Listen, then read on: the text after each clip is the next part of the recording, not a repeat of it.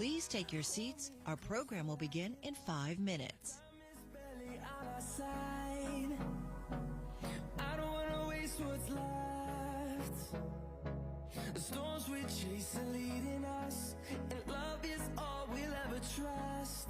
Yeah, no, I don't wanna waste what's left. And on we'll go, through the wastelands, through the highways, till my shadow turns to sun rays.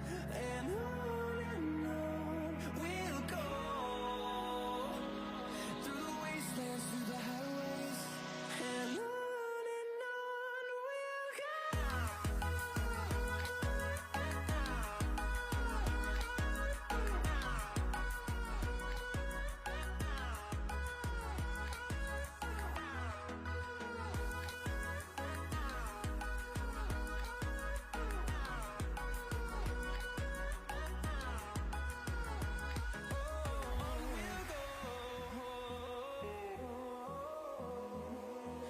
Finding life along the way, melodies we haven't played.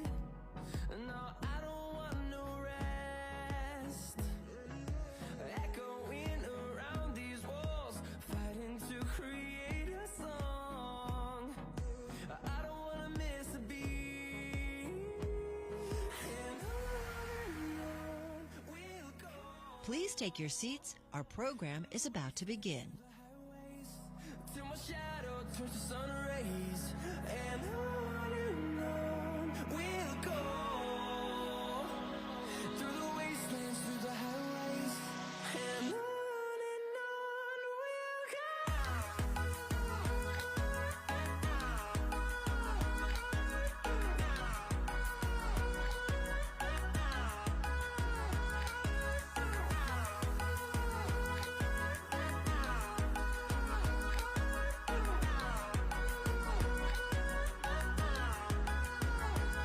And we'll grow in number, fueled by them to see the horizon, turn us to thousands. And we'll grow in number, fueled by them to see the horizon, turn us to thousands. And on we'll go, through the wastelands, through the highways, till my shadow turns to sun rays. Please take your seats. Our program is about to begin. Through the wastelands, through the highways, and on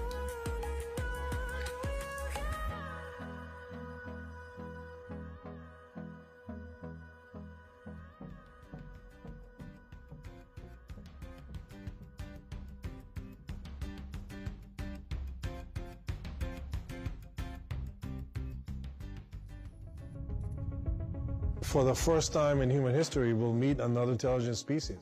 Except they're not going to be coming from outer space. We're going to build them. Thank you for being here, Amika. Hey, Emily. If we create a society where we aren't needed anymore, if we innovate ourselves out of purpose, what would you be doing, right? This is Emo, our 5th generation face robot. That is astounding. Is this Hollywood idea of killer robots actually not that far-fetched? Oh, it's not far-fetched at all. It's coming very soon. Do you think robots should be trusted to make decisions about human life? Well, that's a loaded question. Technology proceeds at the same time as an opportunity and as a danger. You cannot separate the two. Hi, Toma. Hey there, Emily. What's on your mind today?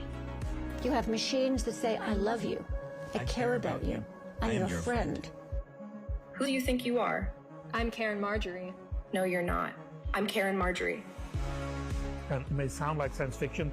This is not science fiction. The real risk is that AI will kill us with love.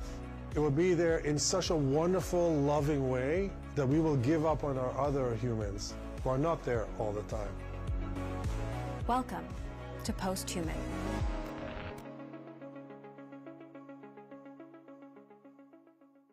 Please welcome to the stage Peggy Johnson, CEO of Agility Robotics, for a conversation with Bloomberg Businessweek's Brad Stone.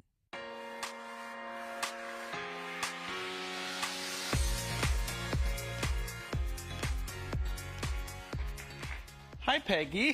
Hey, Brad. How are you? We are going to have fun. We are. We're going to talk for about 10 minutes, and then we're going to go meet your you brought a robot. I brought a robot. That's Digit over there. Yep, and it's comforting to me to know that there's one of your employees is sitting in the back with a red button. So, presumably, nothing to be afraid of. A safety precaution. Just being safe. Well, Peggy, I mean, humanoid robots might be the only thing hotter than generative AI right now. Just predictions of like $1 trillion industry by 2050. How confident are you that this is the moment? I feel like there have been a lot of starts and stops in robotics. How close are we to seeing these deployed even beyond the scale that they already are, and in particular, humanoid robots? Right. So it's happening. We have actually had Digit working in a commercial environment for a year. Actually, it was a year ago today.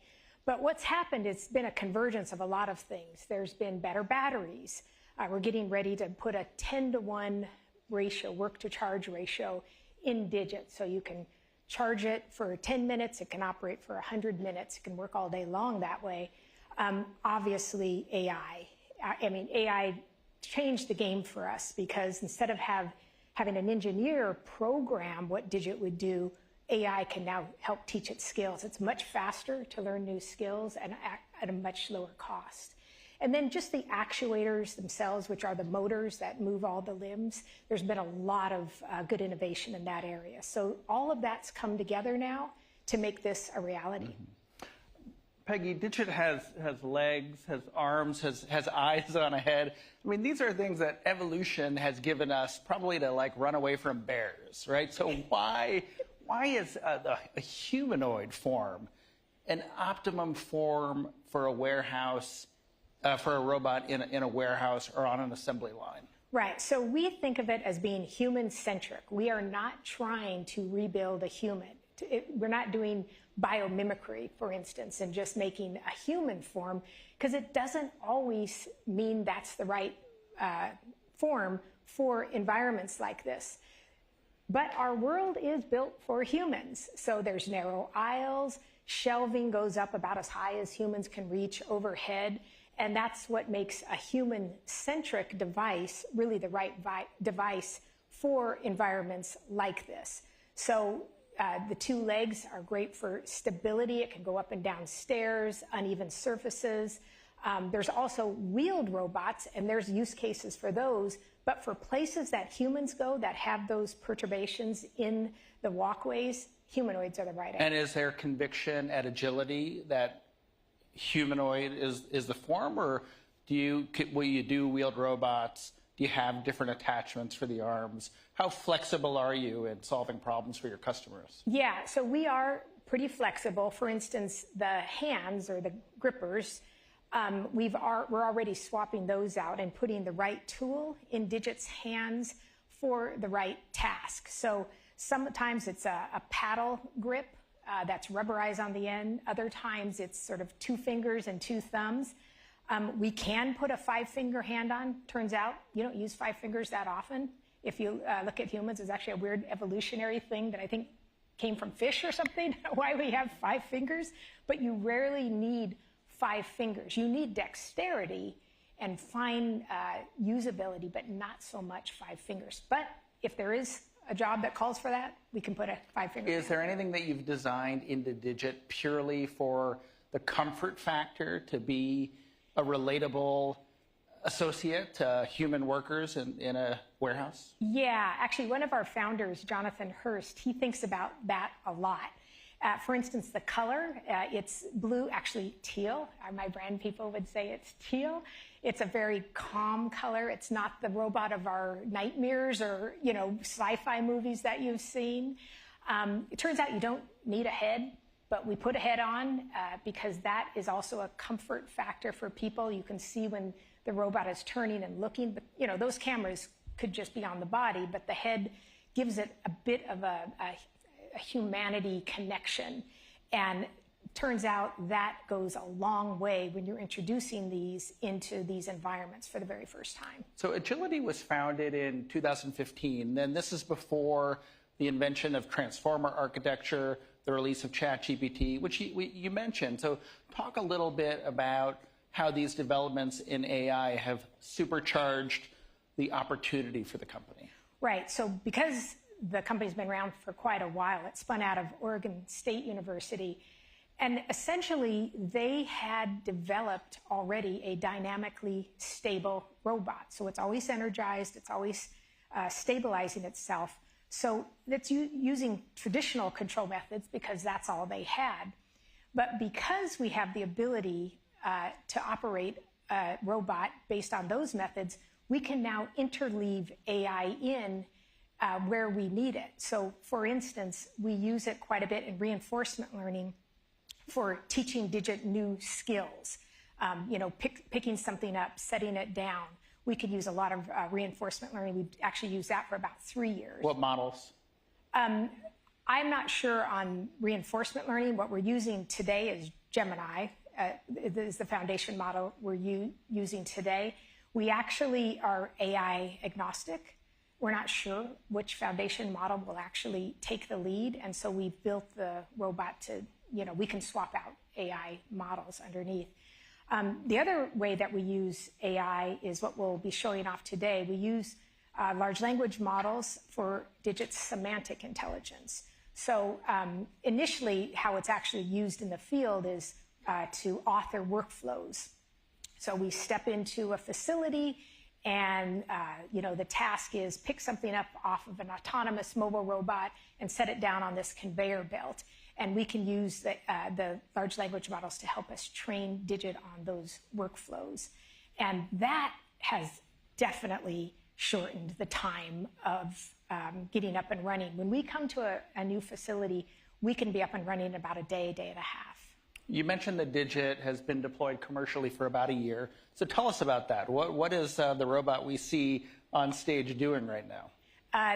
The deployed one is at, we have a number of them at GXO, which is a third-party logistics provider. So these are companies that are moving product through. You order something, the order gets fulfilled in this center and then sent out for shipping. It happens to be moving Spanx, which are women's undergarments. That's what it's very good at moving right now. And it's essentially, as the robots, the orders come in, they roll up on an AMR, autonomous mobile robot. Digit unloads it and puts it on a conveyor belt. And you might say, well, why don't you just have some machinery in between? The problem is a lot of this automation is from different companies, and it really wasn't built so much to connect. So while there's islands of automation in these big warehouse facilities, there's still a human in parts of it who picks a box up from here and puts it there. And they're terribly repetitive jobs. It's usually part of someone's job and not their full day-long task. But no one wants those jobs. There's about 1 million of them that are unfilled right now in the U.S. alone. And many of those millions are at Amazon, which is a partner of yours. There was a recent report that Amazon is developing right here in San Francisco a kind of robot park to test, I guess, different kinds of delivery robots to see what the potential is for robots to come into their fleet.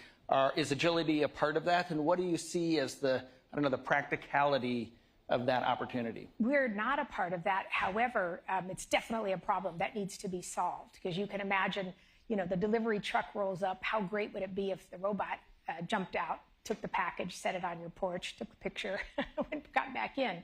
It would save them a lot of time. So I completely understand why they're looking at it. I think it's a long road. There's a lot of obstacles. There's a lot of inconsistencies. These sorts of environments, factory environments, are very disciplined. There's a lot more consistency. And so we can get out there and get deployed and start collecting data. That data then feeds into the foundation models that can help us train.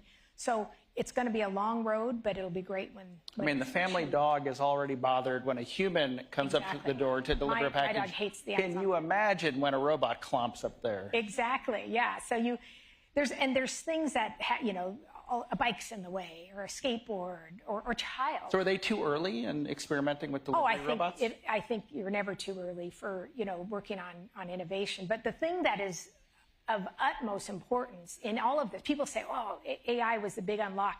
Actually, the biggest bar is safety. You have to operate these safely. If you don't, you won't be allowed in the customer's facilities. You're definitely not going to be allowed in homes if the robots come in and act out of control.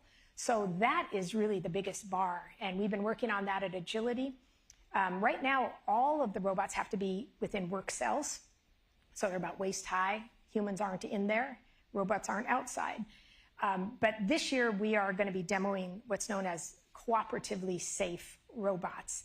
And that means Digit can come outside of the work cell, be in close proximity to humans. You can give it a command like, go pick something up off the shipping dock on the other side of the facility, and it can walk along the aisles that humans are walking along. It has to do it safely in order to be able to come outside that work cell. So all of those things have to be solved before the delivery man's going to drop off your package. One more question before we interrogate Digit. Okay. We published a story recently about the explosion of robotic companies and innovation in China. I think we said there's something like 50 or 60 robotic startups in China. Robots are doing everything from running half marathons to doing jiu-jitsu competitions. As you kind of survey the state of innovation in the U.S., are we behind, and should we be concerned about that? I think as far as the state of innovation, no. Most of those robots aren't built for work, for the things that, which is the entry point for these robots today. They can do some interesting things. A lot of times it's backflips or making coffee or something, but not really useful work. These robots can pick up to 50 pounds on our next generation. So they're great for the education of robotics, getting people interested. But as far as humanoids, they've got to check that safety box before they can come into any of the facilities here. And that's a big bar that we haven't seen much of out of the Chinese robots. All right. Will you show us what Digit can do? Yes. All right. So we're going to... Man with the red button, please be on alert. Yeah. All right. Come on over. You can get a little closer. Okay. All right. So a couple things before we start. I am going to give Digit a command here so that you can see it's not pre-canned or anything. Typically, in a warehouse environment, it would be talking to the warehouse management system. That's how the commands would come in. But so you can see the command that I'm giving it, and on the screen back here, you'll see what I say, and then Digit's thought process, how it works through the command and then executes. And is it communicating with the cloud? It is. So you're going to see some lag. That's not Agility's issue. There's some link lags, and also just the state of AI models right now to do real-time feedback. You'll see a little of that. Also, for safety purposes, we've slowed Digit down greatly. So you'll see a slower version of it in the facilities where we're deployed. When they're inside of a work cell, we can speed it back up. But for day, that's what we're going to do. So what we have here is something I think everybody can relate to: sorting laundry. My husband has still not learned this at all, but I'm going to ask Digit to pick up some of there's a bunch of T-shirts here, different colors, and put it in the basket. And I'm going to send it in via this. So I'm going to actually state it here. Put the blue shirt into the laundry hamper.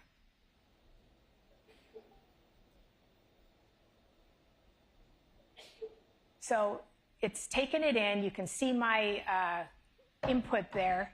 Digit will now pick up the blue shirt of all the shirts, put it into the laundry. And how much faster would it be moving if you hadn't put these restrictions on it? It would be quite a bit faster, but still within safety considerations. Digit's 5'9" when it's standing up all the way. We'll see that at the end.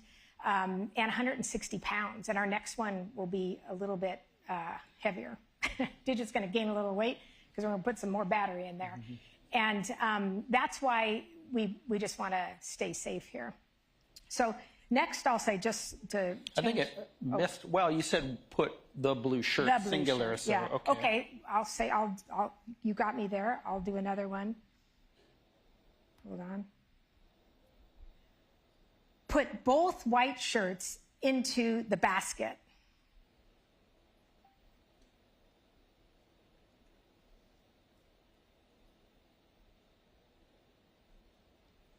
So he's thinking, I said both, it said two, and move them into the basket. Last time I said laundry hamper. So he's thinking here.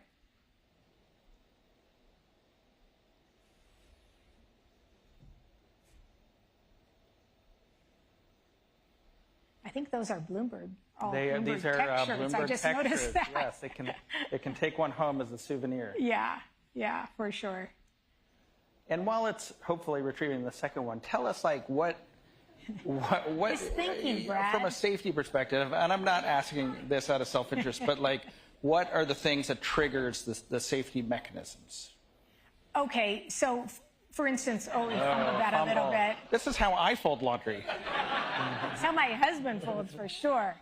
He actually never folds the laundry. He just puts them in the drawer. Okay, we're going to try another one here. Okay.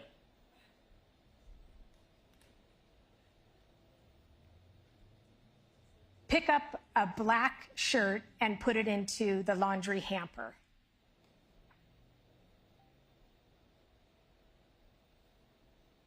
I was singular with that one.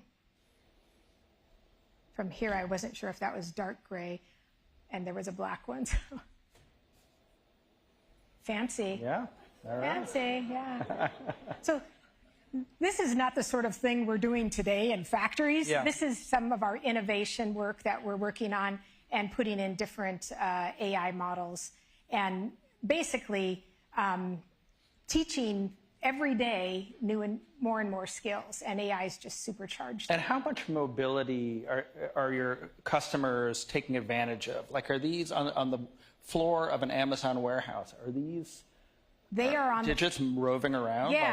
Like their first generation of inside robots? the work cells. Yeah, we stay inside the work cell, and they're doing different things at different places. We have a company, Schaeffler, which is a components manufacturer. They're based in Germany, and we've been working at one of their facilities on the East Coast. And they have they have to wash machine parts. They're very greasy, and they get thrown into a metal bin, and Digit takes them and loads those into the washer and does that for them. So it's all in the same area of material handling, but it is a multi-purpose robot. It can do variations on all those things, but then as we proceed, we'll add more and more skills, and obviously AI is helping us do that. Do you want to show us one more? We could do one more. I see a gray shirt there. Okay. Pick up the gray shirt and put it into the basket. So as it processes that, I mean, we've seen some truly stratospheric investment rounds and valuations for humanoid robot companies. How much of that is based on the future promise of humanoid robots in warehouses, and how much of it is, purely based on the progress, the kinds of progress we're seeing here today, and the implementations that companies, manufacturers are making use of? Yeah, I think the vision is all correct. There will be, I think Elon talks about, hundreds of thousands of robots. I wanted to ask you about that. Yeah. Do we believe, Elon says do. Optimus is leading the field. Yeah. Do you, how many grains of salt do you take that with? Well, actually, as long as that safety bar can be met, that's not insurmountable. But we don't see much focus on safety in the humanoid industry right now. We're actually working with the U.S. government to help write the humanoid regulatory requirements. We feel very, very strongly about safety, and that is the bar that has to be met. But when that's met, I mean, the sky's the limit. Well, do you worry that some of your competitors, like Elon, might be overpromising and compromising on safety? I think whatever he does in his factory is fine. I have to go to these other factories that all have pretty high safety bars. Actually, Amazon's is probably the highest, as you might imagine. And to meet their bar, we feel pretty good about that because that allows us to get into all these other facilities. And that's all I'm focused on right now. And then last question, do you feel like robots like Digit will play a role in returning industry and manufacturing back to the United States? I do. I think it'll look different. So industry and manufacturing, as it starts to reshore, by the way, right now, manufacturing jobs are also part of this very severe labor gap. People don't usually wake up and say, I want to go into a manufacturing job. They can't find people to do these jobs. It's going to have to rely on more automation and to humanoids to a certain degree if that is to happen. So absolutely, it will be part of that wave. Well, Peggy, thank you for bringing Digit, and thank you for talking with us. Thank you, Brad. Thanks for having me.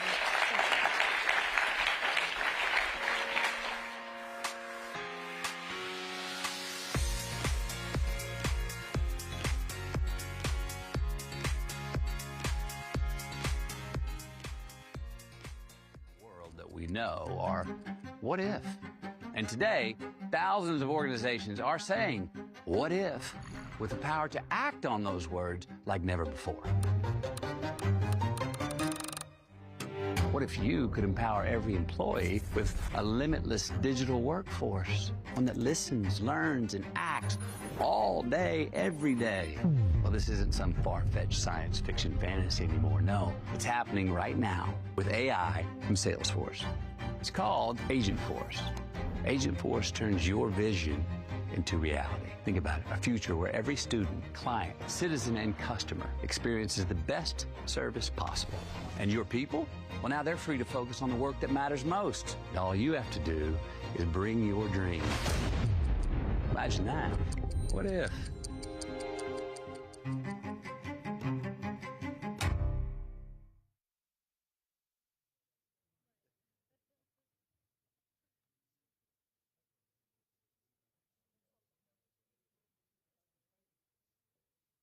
Please welcome to the stage Michael Kratsios, Assistant to the President and Director of the White House Office of Science and Technology Policy, for a conversation with Bloomberg's Shireen Ghaffari.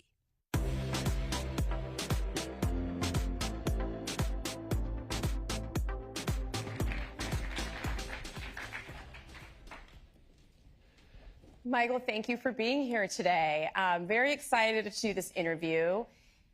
You have had quite the career. So you are now director of OSTP. For those who don't know, that's the Office of Science, Technology, and Policy in the Trump administration. You cover a wide range of technology, AI, quantum, nuclear energy, semiconductors, drones. So just a little bit of responsibility. But we're going to focus on AI, selfishly because I'm an AI reporter, and because that is just the hot topic right now. You've actually been thinking about AI policy since the pre-ChatGPT days, when you were in the first President Trump administration, also working at the OSTP as CTO. You also have a background in the private sector, working for Peter Thiel. You were most recently leading policy at AI startup Scale AI before returning to government. So I'm curious, what have you learned from your Silicon Valley days, and why are you excited to go back into government now? Yeah, so I started sort of my career in Silicon Valley in 2010, and I was with Peter and that team for 7 years until joining the first Trump administration. And there was a sort of interesting changing sort of face and nature of venture investing over those 7 years. Those were the times when we were investing in SpaceX, Spotify, Airbnb, Stripe. And as more and more of our companies came across our desks, what we would always be seeing was that the amount of time and energy that we were spending in thinking about the regulatory risk associated with those particular investments, or how government or policy more broadly would affect those, became a bigger part of our investment thesis. And to me, I'd always been passionate about policy. And to me, I deeply believe that policy actually plays a very important role in how quickly the United States can continue to lead and accelerate and win in these core technologies.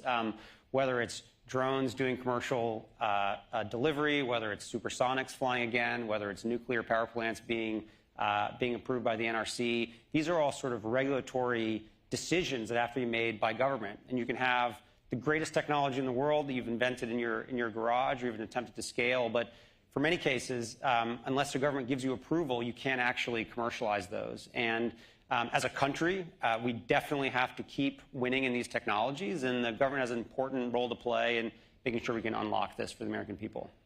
Any lessons that you learned from Silicon Valley that you're trying to bring to government? Well, to me, I think in Silicon Valley, I guess when I was kind of in those years looking at a wide variety of technologies, I think we were always trying to look over the horizon and figure out what's next, what's the next big thing that we have to be thinking about and getting ahead of.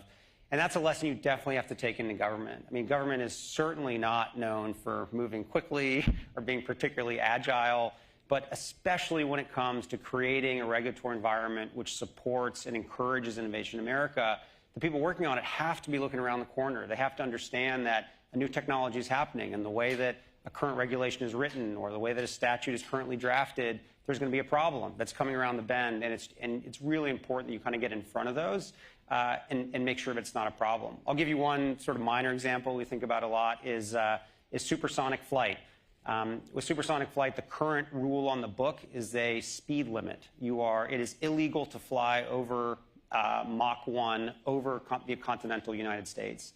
Now, there have been companies out there that have demonstrated what they believe that they can fly over Mach 1 without creating a sonic boom.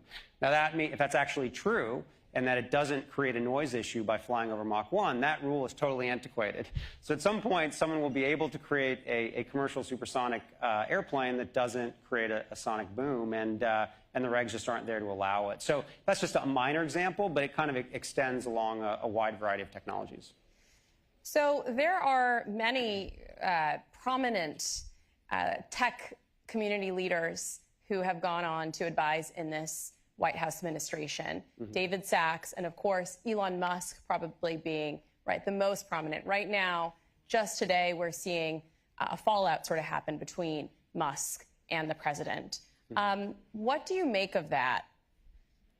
Well, I can't speak to that particular instance, but I will say,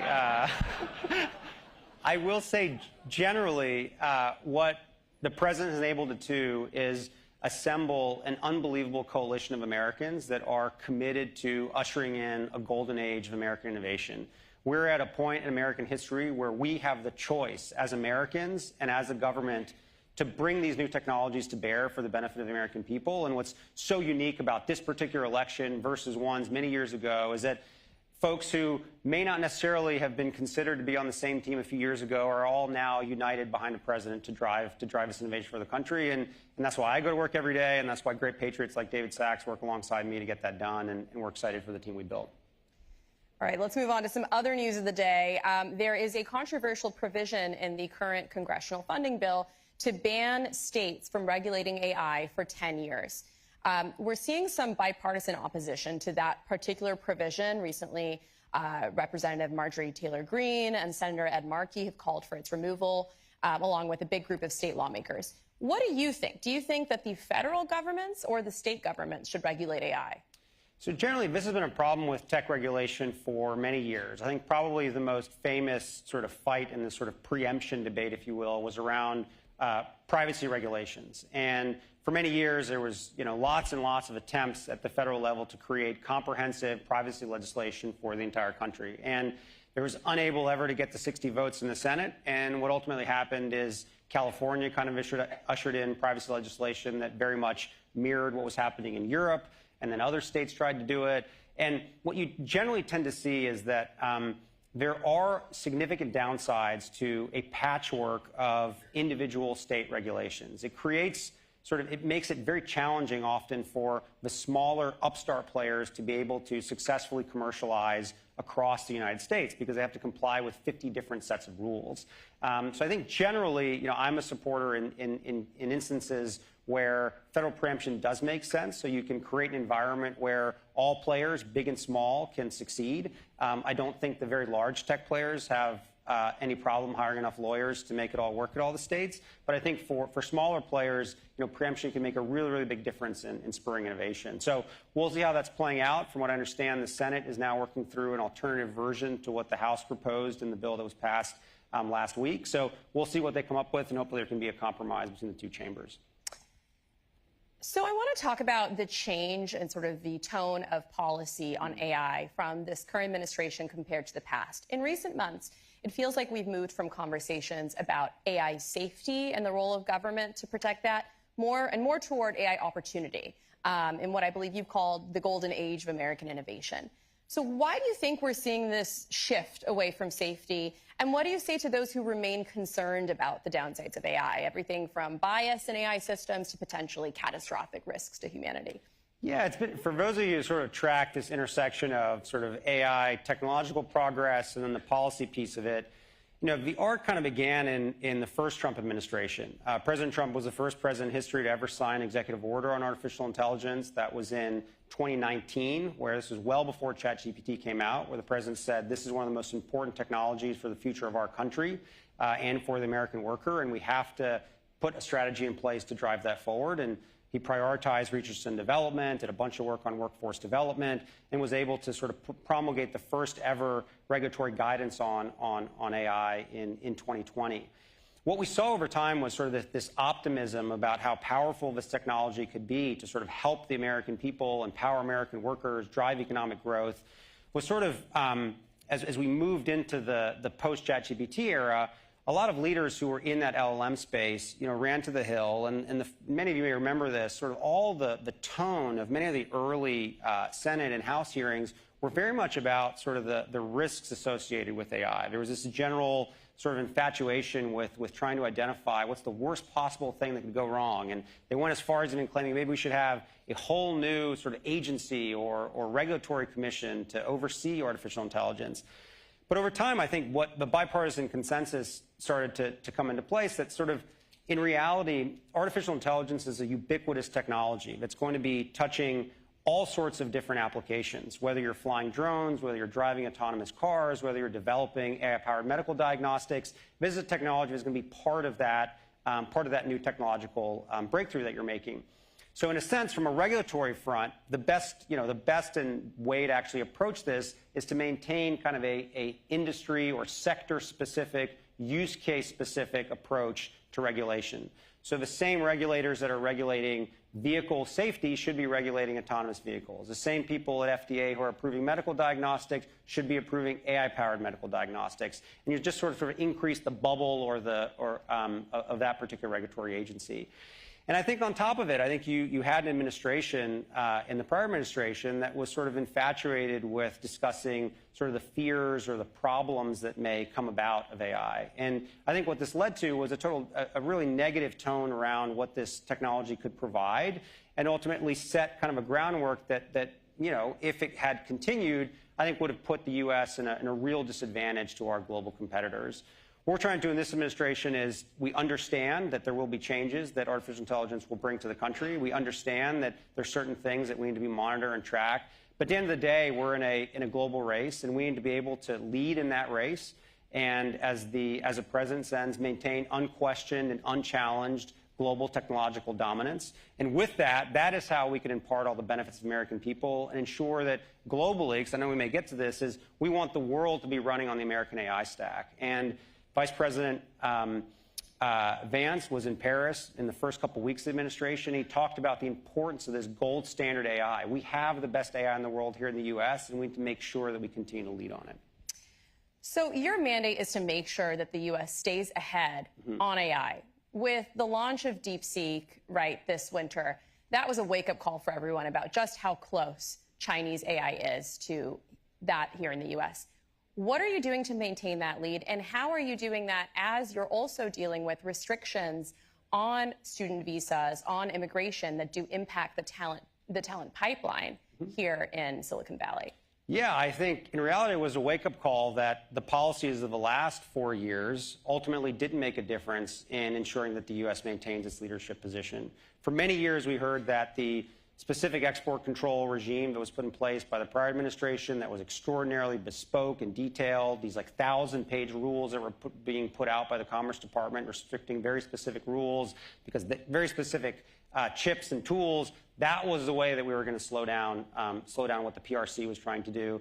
In reality, that didn't happen. What we saw just a few weeks after we were inaugurated was DeepSeek coming into place. And I think what that shows is the imperative of of both a promote and protect strategy. If you are singularly focused on trying to do the protect piece, which is trying to identify the tooling and the chips that you want to restrict from China, that alone is not enough. Should we continue to explore that and make sure that we're not giving someone who has, declared to the world they want to surpass us the tools they need? Absolutely. But at the same time, you have to accelerate and push forward U.S. innovation and dominance. And what that means is continue to invest in research and development around artificial intelligence.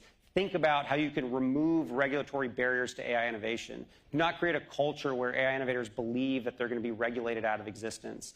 And I think third, and most importantly, it's a big focus of our agenda, is the adoption question. How can we, as a government, encourage adoption across the country writ large? Because even if we have the very, very best model in the world that's leading on every benchmark you can imagine, if the government isn't using it, if the DoD isn't using it, if the intelligence community isn't using it, if American consumers aren't using it, if American industry isn't using it, why does it even matter that we have the best model? So adoption is so key to driving that leadership position. And how should companies manage when that talent pipeline is being potentially impacted by immigration restrictions, as well as some of the research grants are being cut to NSF and others? What do you say to concerns that could weaken our AI industry? Yeah, I think what's really exciting about the president's budget he proposed a few weeks ago was that while we're trying to right-size the budget to make sure that we're investing in the most important areas for the United States, one area that we have protected and there have been no downside changes to are around our AI and our quantum budgets. We believe that these are sort of core technological areas that we need to lead on, and we're going to continue to do that. I think for companies, what I always challenge everyone to say is they are extraordinarily brilliant and bright Americans, and I urge every company out there to go out and seek those and find them because they're excited to work, excited to be part of the technological revolution and help America lead. So your office put out a request for comments on an AI plan that you're going to put out next month. Yes. You received 10,000 comments, and that's both from major companies like OpenAI as well as everyday people who have thoughts about what our government should be doing on AI policy. Can you tell us what some of your key takeaways were and give us a sneak peek of what you want to focus on in this action plan coming out? Yeah, this is very exciting. On January 23rd, a couple days after inauguration, the president signed an executive order asking me, David Sachs, and the National Security Advisor, Secretary Rubio, to deliver to him an AI national strategy, if you will, an AI action plan within 180 days. For those who are counting, that is July 23rd. So we're getting closer to that big date. The first thing we did, as you said, go out and did an RFI and got people to give us comments on what should be included in this. And I think we were kind of blown away by the number of responses we got, as you said, over 10,000. And also and it was not only AI companies, American citizens, we had people from Hollywood and actors, all sorts of people you could imagine are sort of weighing in on this. Again, the general trends that we are seeing is that in order to drive U.S. leadership in this domain, you have to do a balanced promote and protect strategy. You have to continue to focus on research and development. You have to continue to create a regulatory environment that encourages innovation, not discourages it. You have to promote adoption. You have to promote workforce development that allows Americans from all shapes and sizes, all types of industries to utilize this technology. Sometimes when people think about AI, or maybe 10, 15 years ago, the talk was all about coding, and sort of CS was just for a small subset of people that were studying computer science.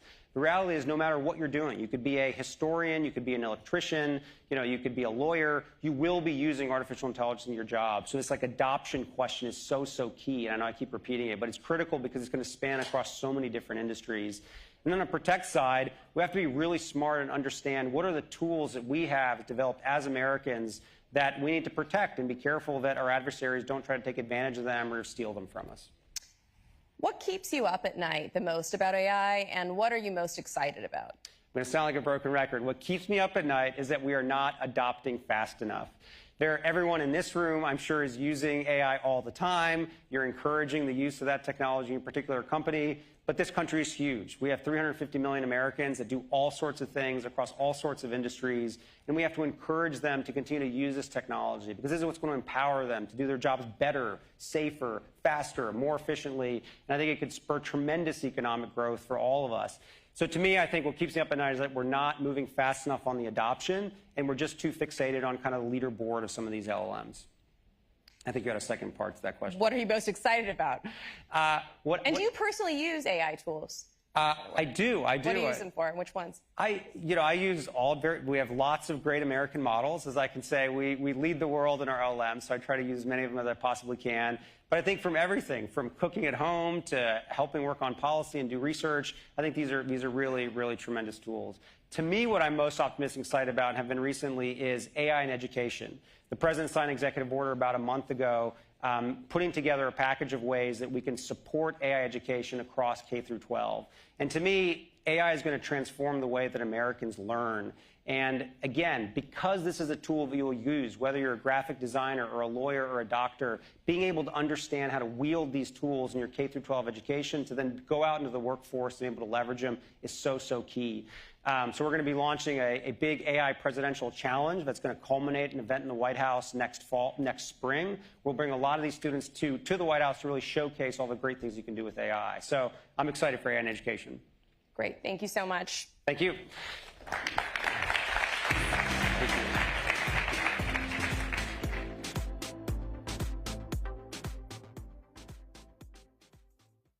Please welcome to the stage Paul Schroeder, QQQ Equity Product Strategist at Invesco, for a conversation with Bloomberg's Mike Olson.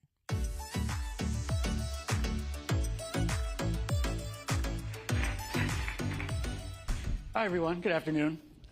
My name is Mike Olson. I'm an editor with Bloomberg Media Studios. I'm very pleased to be joined by Paul Schroeder for our conversation. Paul is the QQQ Equity Product Strategist for Invesco.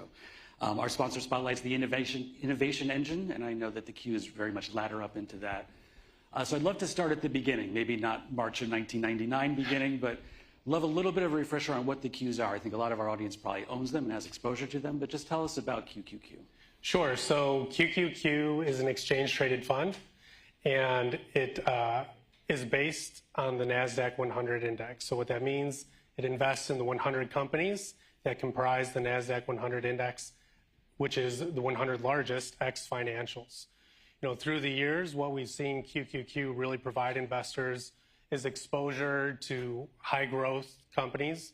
Today, it's most notably has exposure to Mag 7 companies, but if we go back a few years, there was high exposure to FanMag. Before that, it was FANG. So through the years, we've seen these highly disruptive and innovative companies make their way into QQQ. And really, what we've seen from these companies is that they've done a fantastic job of really transforming and innovating within the sectors that they're in. What makes the NASDAQ 100, and by extension the Qs, a great way to get exposure to the tech sector for investors? Sure. So the NASDAQ 100 index just celebrated its 40th anniversary this year. QQQ has been around for over 26 years. It really has become a fantastic way for investors ranging from individuals all the way up to sophisticated institutions to gain exposure to the tech sector through the years. It's the second most traded ETF, so a lot of people are using it, as well as being the 5th largest ETF in the world. But I really think the reason why people have been using it through the years is that it really has provided a consistent way, a one-ticker solution, so to speak, to invest in these disruptive companies. And the question that we like to ask ourselves, why is that? Why does it seem that a lot of these NASDAQ 100 companies always seem to be at the center of some of these technologies, obviously most recently artificial intelligence? What we've seen is that a lot of these companies spend quite a bit on research and development. So we use that as a way to actually gauge innovation, research and development spending. And we see your average NASDAQ 100 company, an extension QQQ company, outspend your average S&P 500 company when it comes to research and development. But we dive deeper than that as well when we take a look at the patent activity that these sort of companies have. And we see, by extension, the fund through the company's patent portfolios, they give you exposure to things like robotics and big data and cloud computing, these sort of thematic ideas that investors are looking to gain exposure to without having to dive into one specific company. Diversification, always the name of the game here, and obviously the NASDAQ 100 brings us to conversations about technology specifically, but I'd love to talk about diversification within the Qs, just because I realize it's not purely a tech play. Yeah, that's a great question, Mike. You did your homework. So What we've seen through the years is that the tech exposure can range between 50 to 60%, depending, what classification system you're looking at. But obviously that leaves about 30 to 40% to other areas of the overall market. So what we've seen throughout the years is that what we like to say is we get this focus on technologically oriented companies that make their way into the fund because they list on NASDAQ. Great examples of this are like Intuitive Surgical or Gilead within the healthcare sector. You also gain exposure to other areas of the market that I think people would be surprised by. We have Costco as one of the larger holding in there, along with PepsiCo, more traditional consumer staple companies. So I think the common theme, though, that we do see is that these companies have been leaders within their industry, not because they've stayed on the business model that have perhaps worked for the previous 20, 30 years, but they constantly are changing to the needs of their consumers and really have delivered from a fundamental basis where we see strong revenue and earnings per share growth. Yeah, I wouldn't have guessed we would have gotten a Costco mention in there, but we did on NASDAQ 100. Paul, thank you so much for taking the time. Thank you for everyone joining us for our sponsor spotlight. And yeah, thank you. Thanks, Mike.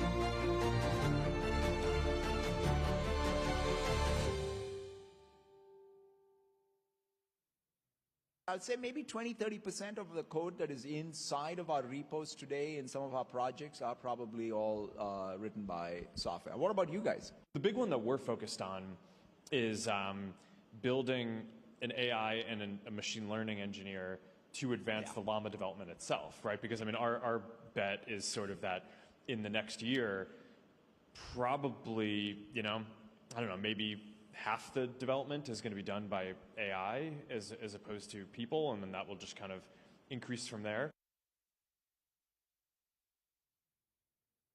Please welcome to the stage Aparna Chennapragada, Chief Product Officer of Experiences and Devices at Microsoft, Ozi Imyakparia, CEO at Code with Clossy, and Amjad Masad, CEO of Replit, for a conversation with Bloomberg's Emily Chang.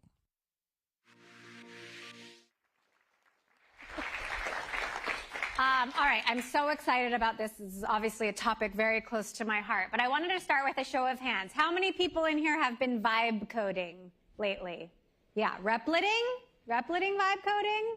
Oh, let's go. All right, what about... Sundar last night said he's been vibe coding on Replit. What is vibe coding exactly? Typically, when you're writing software, you're thinking about the ideas and the business logic for a little bit, and then the rest of it is wrangling the syntax and the code and the APIs. But vibe coding kind of flips this, where you're actually just worried about the ideas and how the software looks, and then the software agent is taking care of the syntax and all the kind of nitty-gritty stuff. Jazz for coding. Right? Jazz That's right. for coding, I like that. Improv plus jazz. All right, so Mark Zuckerberg has said all of Llama's code will basically be AI generated in 12 to 18 months. Satya has said as much as 30% of Microsoft's code is already AI generated. So, do kids still need to learn how to code? Do we still need software engineers? Yes, and yes. So I will, I warned Emily, I said I'd come with the spiciest take, which I believe in, which is, I think this day and age, if you think about betting against computer science and coding is like betting against reading in, 14th century.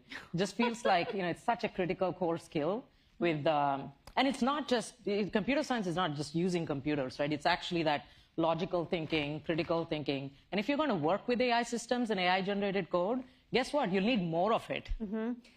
OC, you run a company called Code with Clossy. Yeah, so I I'm get this assuming you question think a lot. so, yes. But yeah, no, I would just concur. I think even if you paint the picture to its logical conclusion, right, and say in X number of years, we're going to have fewer people hands-on keyboard producing code, but we're going to have lots of AI agents that we need to orchestrate. To Aparna's point, to be a successful orchestrator, you need to actually be able to think computationally. You need to be able to decompose problems, find the white space, find the problem to solve, think how to create abstractions. Is the agent actually producing the thing that you want it to produce?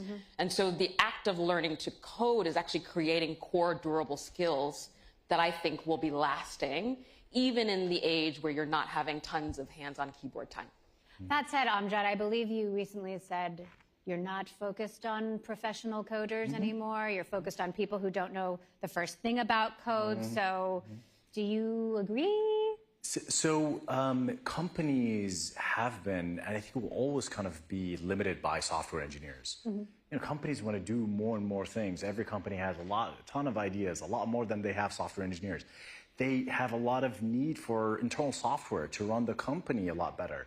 And so Replit, the way we think about it today is to unleash everyone that has a software idea to be able to kind of make it and push it. And we have examples where a product manager had an idea for multiple years and couldn't get engineering resources, finally got Replit and was able to make it and drove tens of millions of dollars of impact on the bottom line. So should kids still learn how to code, in your view? Well, I think they should the objective is to learn how to make things. I think learning how to code is the secondary effect of making things with AI. So what if the it job of now, or maybe the last 10 years, was being a software engineer, like what's going to be the it job of the future?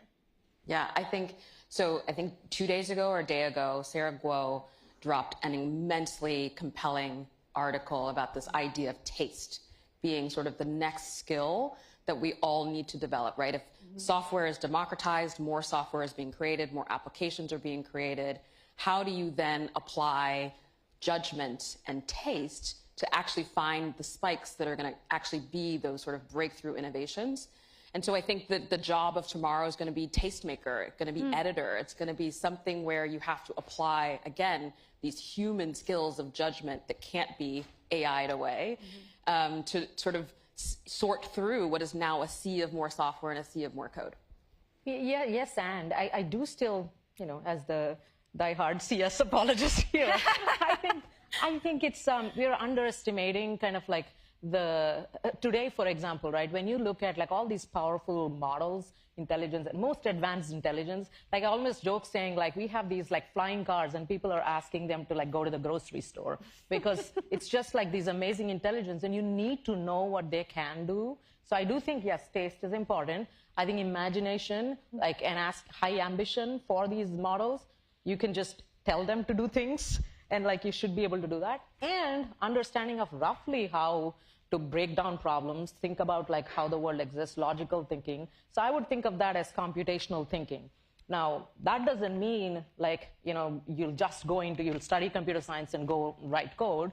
That's like saying, you know, everybody who reads should then get a job in reading, right? Like it's literacy, it's the literacy of today is how I think about it. I think the job of the future is entrepreneur. So in the United States, for the last 100 years, the number of new firm creation has gone down. You know, if you're in Silicon Valley, it feels like everyone's starting a startup. But in the rest of the states, actually, it's become rarer and rarer over time. And big companies have grown much bigger. And so I think what's going to happen is a lot more people are going to be able to start companies. And I think within companies, you're going to see a lot more entrepreneurs. There's people that have ideas at any given company. And finally, they'll have the tools to be able to build those ideas. So maybe these are the jobs of the future, but how many jobs are in the future? We've been talking a lot about this comment that, you know, Dario Amodei, the CEO of Anthropic, made. 50% of white-collar jobs, he's predicting, will go away in 5 years, 10 to 20% unemployment. I mean, this is like in the near term. Like, agree, disagree?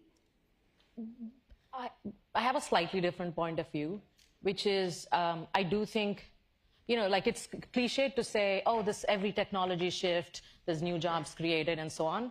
but it's also true. Like if you time traveled, Emily, to like, I don't know, 1995, and you said, oh, there'll be a job called social media manager. Like, get out of here, right? Like, or a content creator. Or a content creator. So I do think the whole classic Javan's paradox of like, hey, as things get accessible, to Amjad's point, there will be all sorts of new jobs and categories.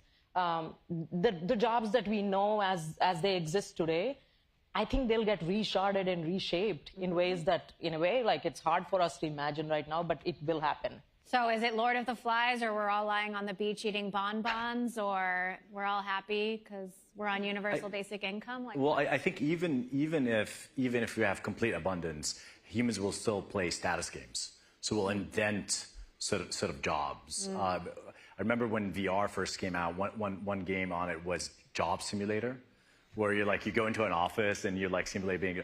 But actually, there's a lot of video games out there right now. You're actually doing a job type of activity, and so I think as people will always invent ways to compete. So let's talk about what's happening right now, because I feel like we're in this moment of transition, and the dislocation in the near term, maybe it will be more disruptive than the dislocation in the long term. So OC, obviously, it's a 10th anniversary of Code with Klossy. Congratulations. And a lot of your women are now entering the workforce. What are they running into? Like, are they getting jobs? Yeah. So Carly Kloss started the organization in 2015 based on this inkling that there was a contribution we could make in helping women be retained on this pathway. And as you mentioned, now we have our oldest alumni, for instance, is a woman named Alexandra. She's a VP at Wells Fargo who came through our program. We met her when she was 16. And so we've been supportive of her through that journey. But yeah, I think the speed with which both the sort of economic climate and AI together have sort of softened the early career ladder is alarming. And we are hearing stories from our community of it being longer and harder to find internships, to find that first job. So I think the impact is real and it's felt, and we sort of have these lived experience stories that we hear from our young people. And so I think part of our responsibility as an organization that asserts to support young women on this path is to think about what are the new skills we should be teaching to make our young people stand out in a crowded field where there are fewer jobs. So what are they? So I think it's the things we've already talked about, but I think I think there's something to be said for helping these young women demonstrate their skills around decision-making, making trade-offs, critical thinking, communication. And so I think building project portfolios that allow you to demonstrate you can go from 0 to 1. You're a self-taught learner. You can take and integrate different ideas. I think that's a way to stand out to your employer. Show them your Git history. Show them your REPLs. Show them all the projects that you've done outside of the sanitized education system. I think that's a great way to stand out. But that's our responsibility. We have to evolve as the market is evolving and meet the moment. But we're certainly seeing that impact happen in real time. I really love this. What is the new resume? Like already it's Git and REPLs, but I think it's the full stack builders as we are starting to refer to, right? Like previously, I feel like there were these rigid functions. You're like a coder, you're like QA, you're design, and you throw things over the wall. And if you were kind of God forbid into multiple one of these, you're kind of either a unicorn or a complete weirdo, right? Or a hard person, and the only option was to kind of go out and do something on your own. I do think that this whole internal entrepreneurialism will come from going from these rigid rectangles and boxes to, I don't know, some amoeboid permeable things, right? You're kind of more than just a designer. You're a designer who can code. Exactly. I mean, it's to your point, Amjad, this idea that as a product person in a company, I can take an idea and see it to fruition. I could be a designer. I could be an engineer and have a concept of what I want the UX to look like and use AI-assisted coding to help me actually produce a high-quality design that I might have been blocked on a designer to do in the past. So this unbundling of this opportunity to allow people to pursue and create in ways that didn't exist before, I think is really exciting. I think in that world, the sort of primacy of ideas sort of comes back, right? Where, in Silicon Valley for a long time, we were very dismissive of the idea guy. The guy with a lot of ideas who tries to find the computer science friend to go implement their ideas. now that person's actually really valuable. I was at the receiving end of many such things. It's like, so you can code? Resurgence of idea guy. I've heard this narrative that even Harvard CS degrees can't get a job. Is that true? I mean, it's happened. Yes, we have a story in our community of that happening. But again, I think, you know, we're in this place now where it's not just the degree credential, right? You have to demonstrate a posture of lifelong learning. We all got technical degrees on this couch, and we are still learning new things, right? And so it's not just the certificate that you put on the wall anymore. It's how are you demonstrating to your employer and living this value of being a lifelong learner. And so yes, Harvard degrees are wonderful. And also, how do you make sure that you are continually upping your game? And again, meeting the moment of where the talent needs to be. Yeah. Like, here's the harsh, but somewhat like liberating thing about this, right? Like, I think it is harsh and liberating, which is every few years, you're kind of like, there's a reset, right? And like in fact, it's a little bit of a baggage if you have all these muscle memories and training to unlearn those things. Yes. So in some sense, like folks coming out of college today, I say, this is a glorious time to be building. It's just that you have to kind of like get farther than just do your operating systems class and like computer architecture class. You got to be out there building. I mean, this day and age, with all the no-code stuff that we have, I'm also a very happy user of Replit. Like, you have no excuse to be still talking about stuff versus doing things. Exactly. Because the bar has gone higher. Exactly. I think that something needs to be changed about the education system or how we think about it. Obviously, things like Code with Clauses is very important in this new world. But maybe a return to apprenticeship, maybe thinking about even knowledge work as some kind of trade work. You can learn it in months or like a year as opposed to like a 4-year college degree, which, obviously all the student debt and all the inefficiencies in that system, I think something needs to be rethought there. So, AI is moving faster than any technology ever before. We've all talked about how the people building AI are not diverse enough, the people using AI are not diverse enough. And now all of these big tech companies have rolled back their DEI policies. Like, what is the impact of that? Like, OC, are people still picking up your calls? Are they picking them up less? No. So some people have stopped answering my call. How rude. There's also, the situations where teams have just disappeared, right? So you get the dreaded, like, mail delivery subsystem response because whole CSR teams have been disappeared. Yeah. That said, there is a set of what I call the coalition of the willing. So people who are still doing the work despite the headlines that they have needed to change, perhaps for expedience.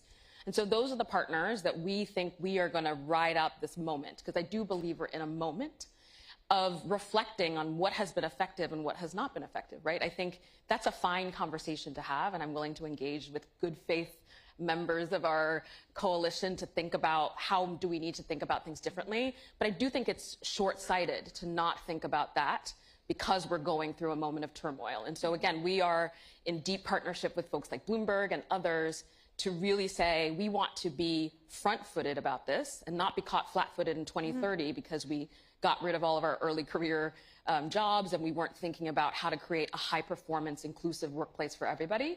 Those are the companies that will be the winners in 2030, and those are the companies that are still with us in this moment. Aparna, what are you doing within Microsoft to, I know how important this is to you, but to make sure that the technology you're building represents the people of the world? Yeah, and I think this one, we've talked about it a lot. I think two things, right? So one, unfortunately, DEI has turned to be a 4-letter word, and there's no reason it should be, right? But it's only 3 letters. And I do think, actually, they're we're throwing the baby out with the bathwater. There are things that we could be doing better. So I do think, actually, one of the things is more, at least preserving the importance of making sure that folks who didn't have access to the technology, at least in terms of using and building, we continue some of those things. So that's one thing. But I think the second thing is there is a big opening now. To Amjad's point, I mean, you can build things, you can be the idea gal, and I was among the, 3 computer science women and a gazillion guys, and and now I feel you don't have to have the barrier of, oh, I need to have had a computer science degree to be able to start building. And that, I can tell you anecdotes of friends of mine who are non-coding. It was like one into like a fashion startup who's just built a prototype using a different no-code thing. Working on her. But, you know, she's ready to pitch VCs. That couldn't happen. Like, we see it in our data that the demographic changed a lot. Like a lot more women are using Replit today than it was like two years ago because of that. Yes, code with Klossy, happy Replit customers.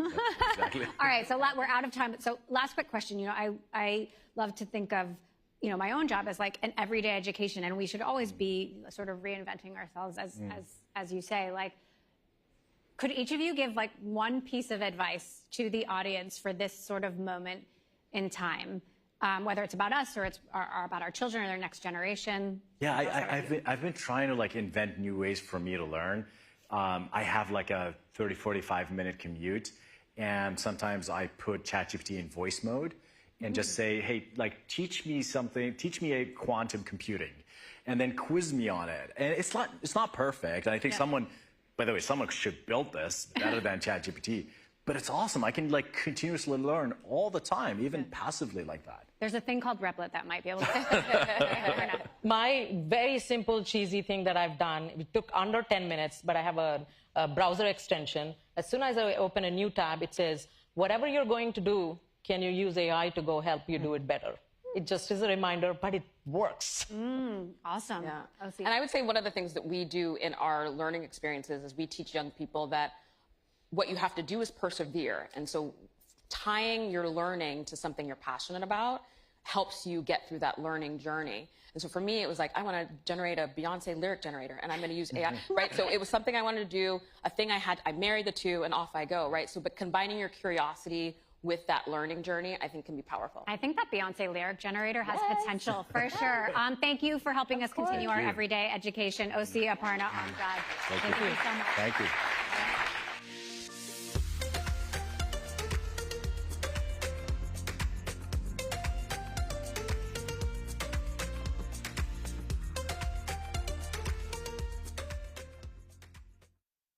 Is global. From the US to Europe and across Asia, technology is embedded in every aspect of our lives. Bloomberg brings you the latest stories of the people and companies pushing the tech sector to new frontiers. And the politics that shape global tech markets.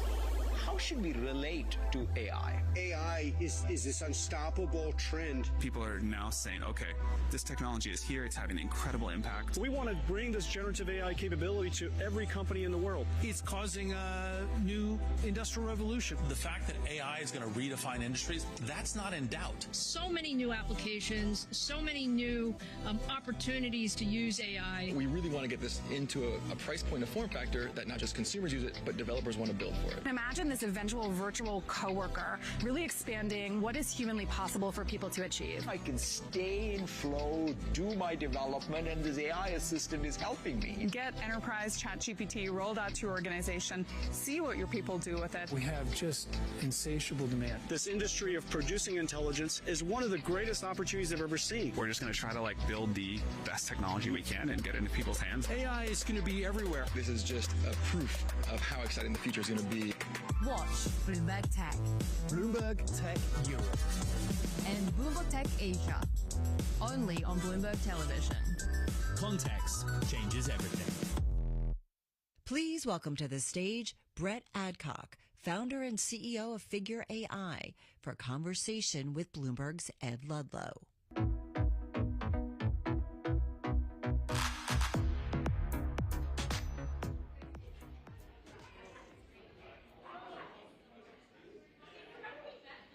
Blew it up on X, so we might pivot, but I'm being serious. I don't even know how I'm supposed to do this. So 3 years ago, basically this week, you filed the paperwork in Delaware for Figure, and you wanted to work on humanoid robotics. And you moved super fast. And I would go as far as to say you personally have made some of the boldest claims in what's achievable in the field of robotics, humanoid robotics in the near term. I'm talking about your targets for the next few years. But as a place to start,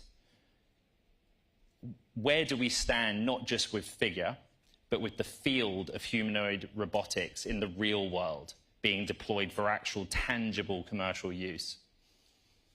Well, thanks for having me on, Ed. Yeah, my belief is that the humanoid robotics will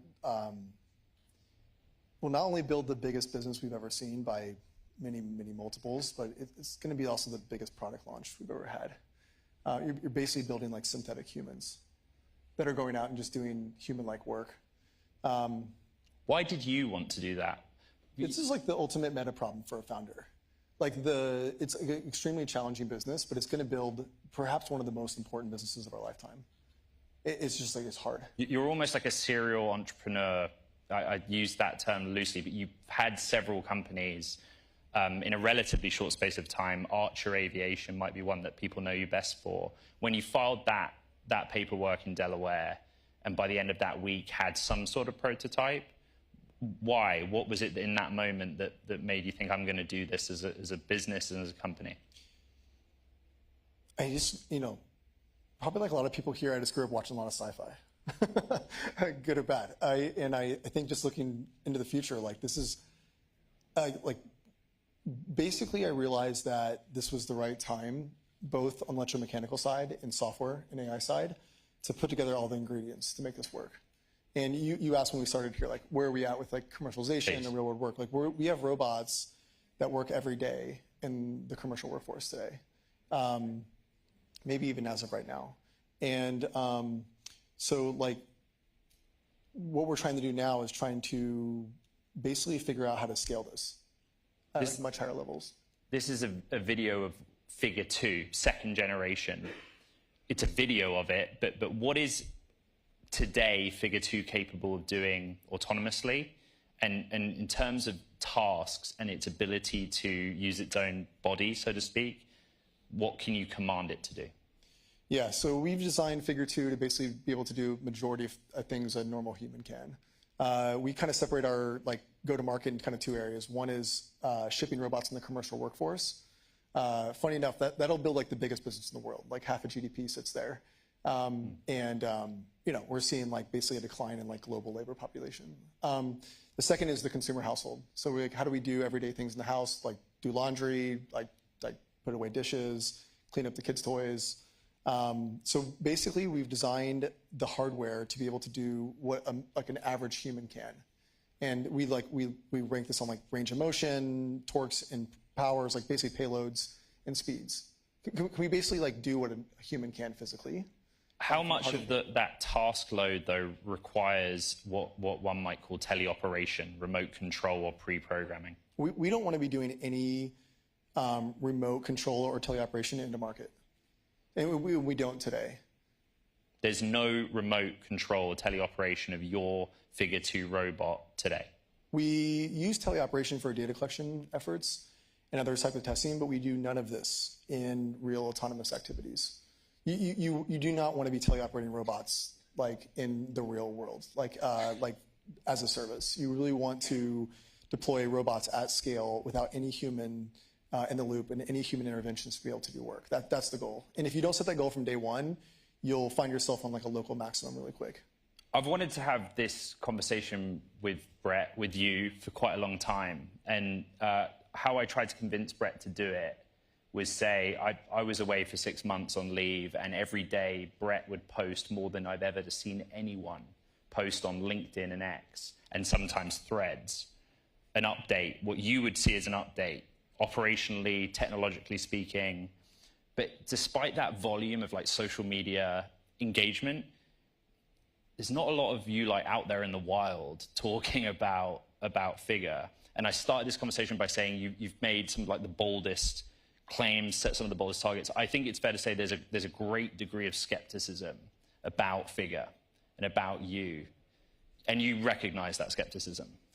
I kind of like I just don't like going to events. So I've done like 1 or 2 this year. I really feel I need to be at the office, just building the team, building the product, trying to get it out into the world. And everything else is basically distraction. It's Muskian in the sense that you sometimes will post a photo late at night, you in the factory floor working, that kind of thing. We want to find people like ourselves that want to basically try to work hard to get this technology to really work.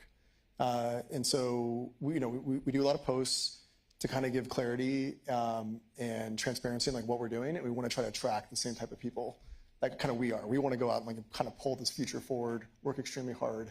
Like we're seeing here, like we want to be able to ship robots into commercial settings and do autonomous work every day. Some of this is analogous, of course, with what Elon Musk and Tesla want to do with Optimus.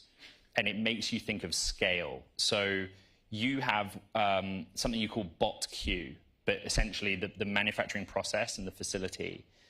That facility, as far as I understand it, has installed capacity to build 12,000 robots per annum. Is that accurate? Per line, yes. Per line. And so you have claimed that there is a path for you to ship 100,000 of these robots in 4 years. At the current rate, you'd have to ramp pretty dramatically to do that. Yeah, we have the pilot line built now, building figure threes. I walk it every day. We have a stand-up every morning, and it's unbelievable. We've built basically ground-up manufacturing processes. We built our own manufacturing execution system, MES systems. We have like automation across all the lines. We have processes for it. Some of the best automation that you basically can put in. And I'm watching robots come off the line. And you stand by that target of 100,000 units shipped in a 4-year time period? Yeah, I think it's possible. What makes it possible? Like one thing I've realized over the last like few years is we're not doing car manufacturing. We're doing consumer electronics manufacturing. So the humanoid's like relatively complex. And I was like, the jury's out for me 3 years ago what this looks like. But this is just not car manufacturing. This is traditional consumer electronics manufacturing. And that process is probably several orders of magnitude easier. I don't want to give the impression that manufacturing is going to be easy in any way. I just think that we really have spent the last year trying to understand it much better. And I feel higher confidence that we can actually deliver significant volumes over time. The stated known customer that you have is BMW, a car company. You have said that you have robots deployed at BMW. What kind of tasks are they doing there, and in what volume are they deployed with that company? Yeah, so we currently are doing basically a job in the body shop where we basically move sheet metal back and forth. The goal is to be able to put it on fixtures, then those get welded into a car chassis. So we're doing that role every day. Today, I don't know what time it is on the East Coast if we're still doing it, but and then we're going to spend a lot more time. Well, we already are, but we're going to spend a lot more effort just basically expanding to more use cases throughout the rest of the year. There has also been skepticism about the scale of that partnership and relationship. You've spoken about that publicly a little bit. Is it of commercial value to you? Is it just a pilot? Or is this you saying, we're doing this for reals, out in the real world with a real corporate business? The thing that we get a lot of value of, and that's really important, is that we need to, as a company, figure out how to run robots every day, really well. And, we do that in our lab, it's one thing, but we need to go to a client site. We need access to a network. It needs to be safe. And in some cases, we might need to integrate with an MES or PLC. And then they need to run all day, and then we need to make sure there's as little or no human interventions per day, or we're just never going to be able to scale. So the beauty of the relationship we have now is we get to run robots every day. We get to see how well they perform. We get to track all the metrics. I have a readout every day at the end of the day. I'm on with a team that's in Spartanburg, and we get to figure out how to make the process better. Much of all of this is, at this point, software. I don't think we've had a hardware failure in the last 30 days at all. I can't remember. So we basically are software limited everywhere across the whole company. Today at Bloomberg Tech Summit San Francisco 2025, Agility brought a robot. The audience, you can murmur, nod, raise your hands. I think you guys saw the robot, correct? And I think Boston Dynamics has a robot here too. Brett, you didn't bring a robot. That kind of goes back to our whole philosophy around we don't go to a lot of events. I think it's a giant waste of time, to be frank. I have to bring a team here. I have to bring robots here. They could be at the office. They could be learning autonomy. I mean, we put out a video today of a robot doing a logistics use case. It's fully end-to-end. It's a single neural network. It's taking camera frames in. It's outputting actions. It's now doing that, basically approaching human speeds, inaccuracies. Can you find me anybody in the world doing this? In this video, which I have seen for transparency with the audience, but it was published today, I don't think we have it or we weren't able to move quick enough on it, but the robot is sorting between cardboard boxed packages and then plastic wrapped packages. It's trying to smooth out the plastic so the barcode shows. This is within one of your facilities, right? But you have another customer that you're not naming. Bloomberg has reported that that customer is UPS. Yeah, we have, so we have a second customer we signed in the logistics space, and we are currently working to start like initial deployment there. So the trick here with this is that with packages, it's really tough. In the case of like logistics work we're doing with small packages, every single package and every single instance of packages coming together is different for the robot every single time. And you cannot solve this with code. You can't solve this with code. You can't code your way out of this problem. It's impossible. Like you can code your way out of a problem of getting on stage and moving bins or boxes and like some, you know, like it's interesting, right? Because in one video on the stamping press, you know, that's a piece of dense metal. Totally. And then the packages, it was interesting to see that not necessarily the dexterity, but the softness of touch. They're like so different. Like they're almost they're orthogonal. They're like one is like, you know, needs like very high precision and very fast speeds and like no failures because we can't like shut down the line. The other needs basically like some level of generalization from the neural net to figure out how to manipulate packages of varying sizes at human speeds, 3 to 4 seconds per package. And we have to be able to find the barcode, orientate it downwards, and in a lot of cases flatten the package like a human would so that the scanner down the line on the conveyor can read it. This is a slightly obscure example, but could figure 2 and figure 3, which you alluded to, pick up, say, a strawberry without crushing it? You know, does it have that level of control? Oh, yeah. We can go one better. We can probably pick up a strawberry and manipulate and do things without ever having seen strawberries before in training sets. We reported as well earlier this year that, you know, lots of companies are, but Meta is also looking at robotics. And I believe that Meta at least discussed with you how you might work together, or at least ask you about your competencies, not just in hardware, but software. How does that work for you guys? Do you feel like you want to just be a seller of the physical unit to a Meta? Or do you want to sell components and software, license it? Or do you want to run a service, say, hey, here's my humanoid robot workforce, which you can take from me as a fleet and we'll manage it? Yeah, this is like really where it comes down to, like, if you had to like look at every single robotics company today in the world, one of the first questions I would ask is like, what is your prime directive? What's your purpose? And at the top of that, like axiomatically, my question would be, are you here to sell work? Like, we're selling work.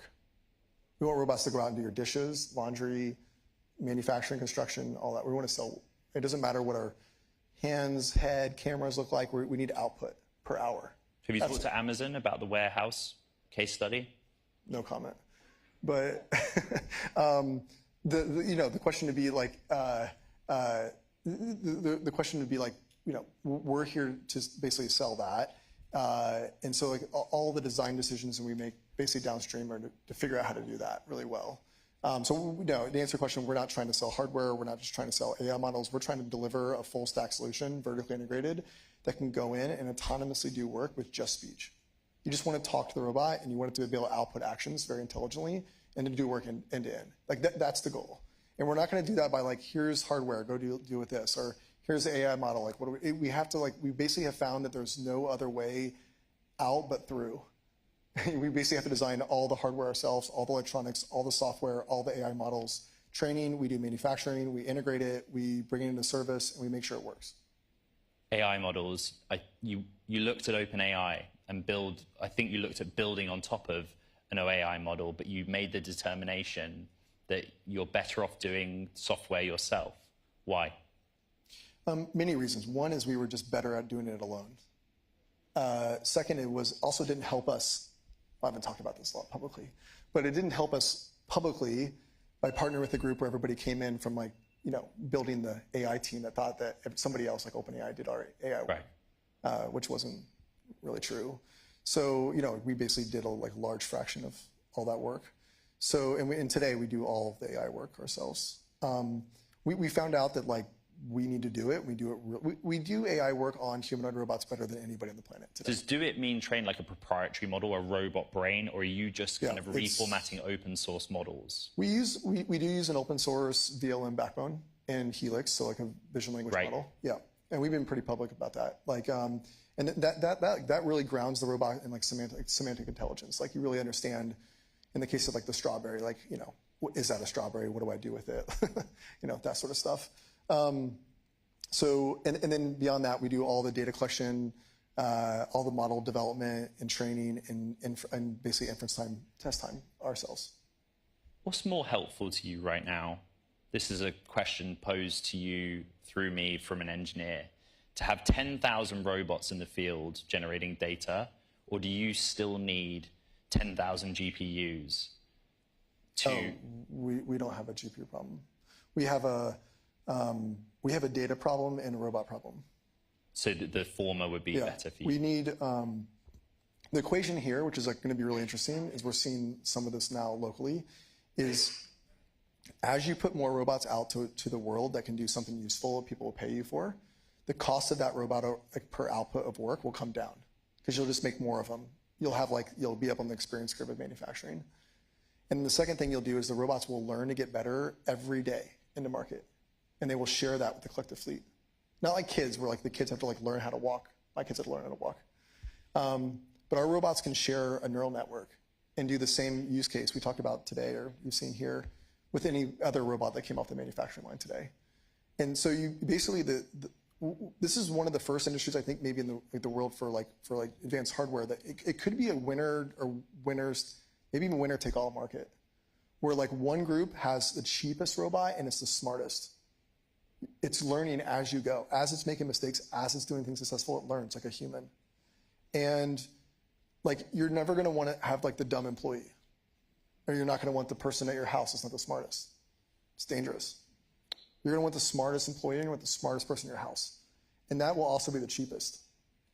It's not like a computer or a car or a phone. It's a living agent that's getting better and cheaper over time. Right. And the group or groups that can get a large amount of robots out that are useful to market will have a significant advantage and lead over everybody else. We're pushing hard against time, but I'm going to hold you on this. Do you not have a GPU problem because you have cash? There are reports that you are looking at raising some money at a valuation of $40 billion, there or thereabouts. And the reason that's significant is it would represent a jump from your last known valuation of $2.6 billion, about a calendar year or more ago. You also have the experience of going through taking a company public. And so I'd attach to that question how much pressure you're under right now from your existing investors, but also your capital needs, to look at an accelerated timeline to IPO, which seems severe, but maybe. Yeah, I still have a lot of PTSD from being a public market CEO, so I need a little more, maybe a couple more years. I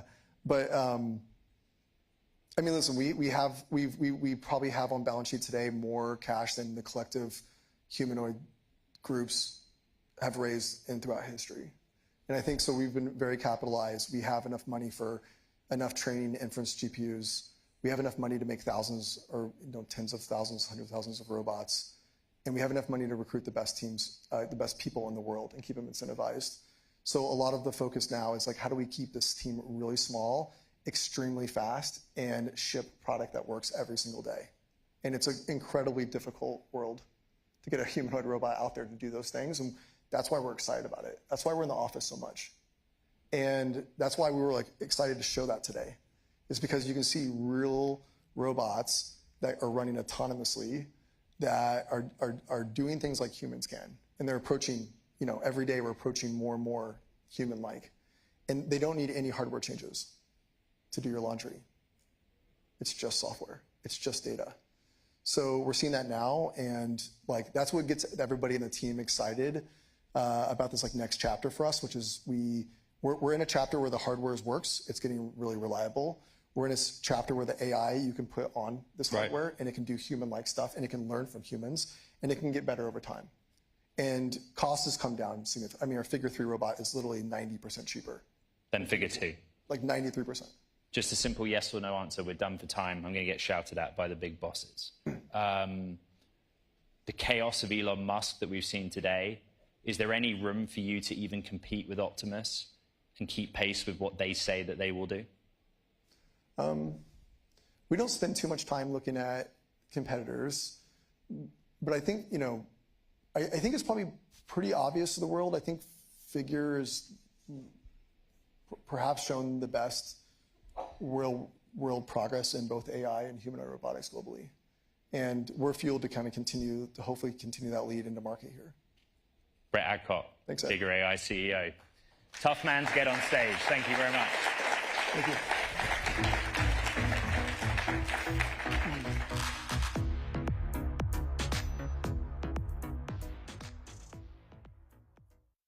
Please welcome to the stage Bloomberg's Brad Stone.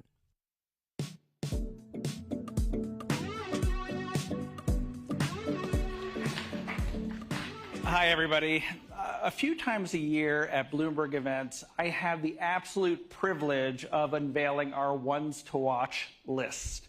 Instead of crowning the person of the year, the company of the year, the startup of the year, we at Business Week spend a lot of time thinking about who you should know and will be hearing a lot about soon.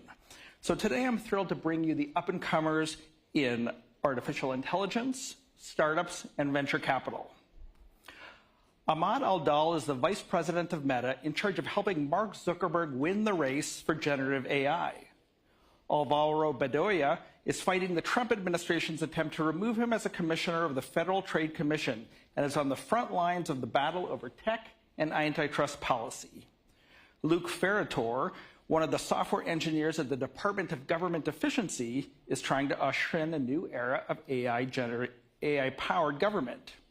Jay Graber's startup, Blue Sky, is making progress in one of tech's hardest endeavors, replacing the company once known as Twitter and shaking up the social media landscape. Sarah Goa and her venture capital firm Conviction are investing in the artificial intelligence companies that could lead a new generation of Silicon Valley startups.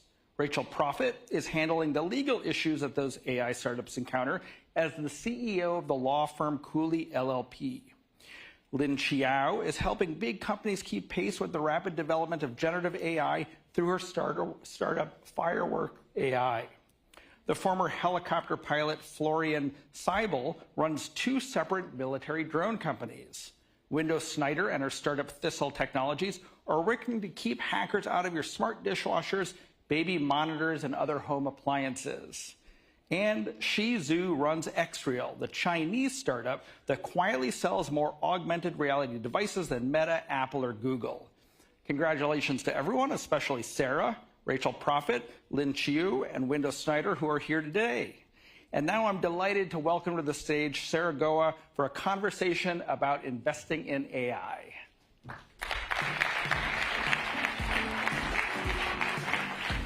Hi, Sarah. How you doing? I'm so delighted to have you here. I have to say, I'm such a fan of your podcast, No Priors, with Elad Gil, and everyone here should immediately subscribe because it really is like a great way. You talk to everybody in the industry, sophisticated questions, you kind of geek out with them. It's just a great way to stay on top of current trends, and I found it very valuable.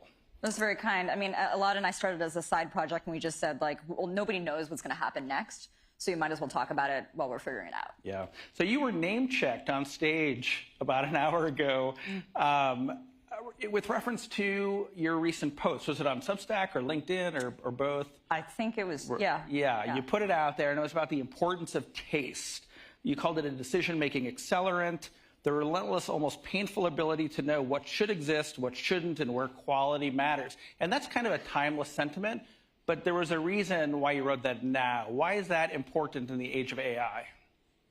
Yeah, so I often write when I'm trying to articulate my thoughts to a particular founder or founders that I'm working with. So this is kind of a subtweet.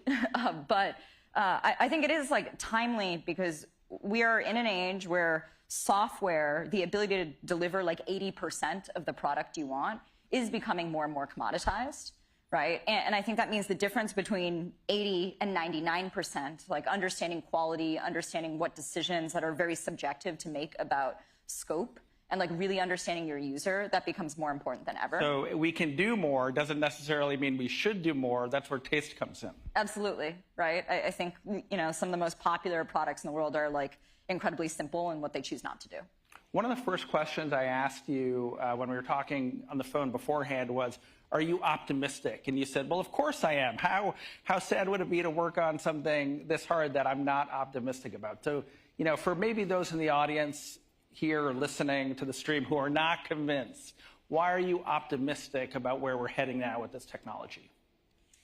I think like it's, you know, you're saying that the importance of taste is kind of a timeless statement. I think technology overall has been the driver to more abundance and productivity in the economy, right? Like, how can we create more value for everyone to enjoy?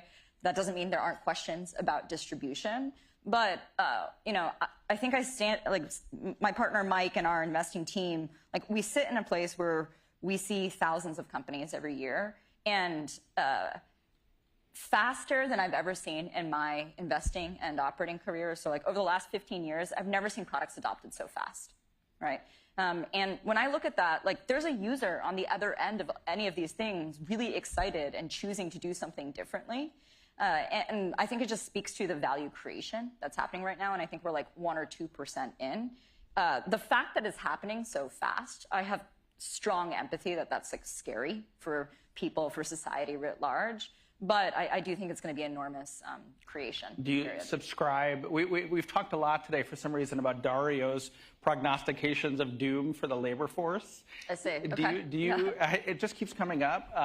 Some people are sort of dunking on him. Do you subscribe to the notions that we are heading towards a mass dislocation of human workers? So I do think there's dislocation, right? But I don't think that is like total reduction in demand. There's one view of the future, which is like, you know, how many people have seen WALL-E here, that we're all just like sitting there, and like this is a vision of abundance. It's not mine, where people just are sitting around like watching their entertainment and like, you know, on their floating chairs in space and nobody works. I don't think that's true. Every other technological revolution in history has just created new jobs. And so what I would, I guess, agree with Dario on is there's going to be a lot of change where you will not be paid the same amount for doing the same task 10 years from now in a number of different fields. And that might actually happen faster than in other technical revolutions. But I'll give you one data point from the portfolio, actually. We have, I want to say, like 30, 35 companies. There's exactly one that sells on like cost. Right? Like you don't need, you know, the ROI is from not hiring as many people. Every other company is do something new, right? Be more competitive. Help your people do more with less. And so I just think that that's like pretty interesting that the ratio is like 30 to 1. Your job is essentially to pick the winners, and yet you're describing a world where a lot of companies are exploding. The old measure might have been, well, ARR, annual recurring revenues. If they're at 100 million, they got there quickly. Like that looks like a success. But these days, because we're in this vast age of experimentation, a lot of these companies are showing success via the traditional metrics. So how do you select the winners, and how much of maybe the current rising tides do you feel like is a little artificial? I definitely think that the durability of usage or revenue is something we take a harder look at, you know, now versus 5 years ago, because the novelty of just taking these models and shaping them toward a particular use case, if that is image generation or the ability to generate a certain type of document, it's so powerful that people will use it, right? But if it's so easy to create these products, then actually you have quite a competitive field. And so we look more at, you know, what we want to do is back like category winners, and we look more at like, is this the leading player? Like, what are the use cases really? And then we try to take out a piece that's experimental revenue. I think the other thing in what you said is the bar is higher for what is leading growth now. And so I think the sort of traditional, I forget what venture firms set this up, but the like growth 3x and then 2x and then 2x, and you're kind of a best-in-class firm. That is not at all true. now, right? Because you see people growing 50x. And so we do encourage companies to be really ambitious and keep moving fast. So Conviction is a relatively small investor, right? Am I right that you've raised about $330 million? Yep. I think it's, 345, yeah. Yeah, and yet we are in an age where it feels like even new companies are raising hundreds of millions of dollars in valuations in the billions. So how, when you're writing $1 to $5 million checks, how are you kind of competing in a world where it's also SoftBank and Microsoft and all the big players rushing in? Yeah, so I think that we have had, I feel very lucky that we have had the privilege of being very early investors in great companies so far. Harvey, Sierra, Thinking Machines, Cognition. And Figure, who was, we just heard from. Brett's company right here. At some point, some of these companies need a lot of capital, and a lot more capital than we have as a fund, much less like the $1 to $20 million that we're offering people at the beginning. But perhaps the most arrogant claim in starting a new venture fund is there's an entire capital cycle for these companies, and the capital markets are deeper than ever, right? You have lots of sovereigns playing and more money continuing to flow into venture. But the very beginning, when companies start, entrepreneurs aren't looking at capital as a commodity. And so all you need is access, and you need to be right? And those two things are hard, but having more money doesn't necessarily help. Have you found, by the way, that the podcast is kind of strengthening your investment foundation, that it's giving you access to deals and visibility that you might not have otherwise had? I don't know if I would credit it with an investment in particular so far. I'd love for that to be true, and please suggest guests and everything. But I think that, in an age of commoditized capital, having a venue for people to understand what you're about, who you know, what you understand is more important than ever. And so I think, it's useful for people to understand, what me and Elad think about. So this might seem like inside baseball to some folks here, but OpenAI just hired Fiji Simo as a top executive. Now, Fiji ran the ad business at Meta. She built an ad business for Instacart. And when they made that hire, I thought, we think of AI as really like a subscription world. Mm-hmm. Does it signify that some of these businesses and maybe even some startups are starting to think about advertising as a way to get to profitability? I would be shocked if they weren't, from a business perspective. So my partner Mike Vernal was a VP at Facebook. He worked with Fiji. He was early Facebook and believes really strongly in the advertising business model as a democratizing function. Right? Not everybody in the world wants to pay the same subscription price for a service, and advertising is a way to get coverage of internet services to more people. I would be shocked if that wasn't a debate at OpenAI today, and I can think of no one better than Fiji to go run that business should they choose to do it. So recently OpenAI spent $6 billion to acquire Johnny Ive's device firm IO, and pledged to introduce a new kind of AI-centric hardware. And there haven't been many details, but you're closer to this than most of us. So help us imagine what a whole new genre of AI device might look like. Yeah, so I think starting with the question of what makes it possible for there to be a new device, the way I think of it is you need reasons to have new I/O. Right? If the form factor is, well, I have a phone and I can take it out and use applications when I need them, and it has all these amazing functions, then, Apple or Google or somebody who makes phones today should probably do that, right? If the form factor is anything well, in a way that a consumer is comfortable with, I'm going to have full context on what's happening in your life for as much as you'll give me. Everything you hear, everything you say, the ability to talk to it all the time, vision.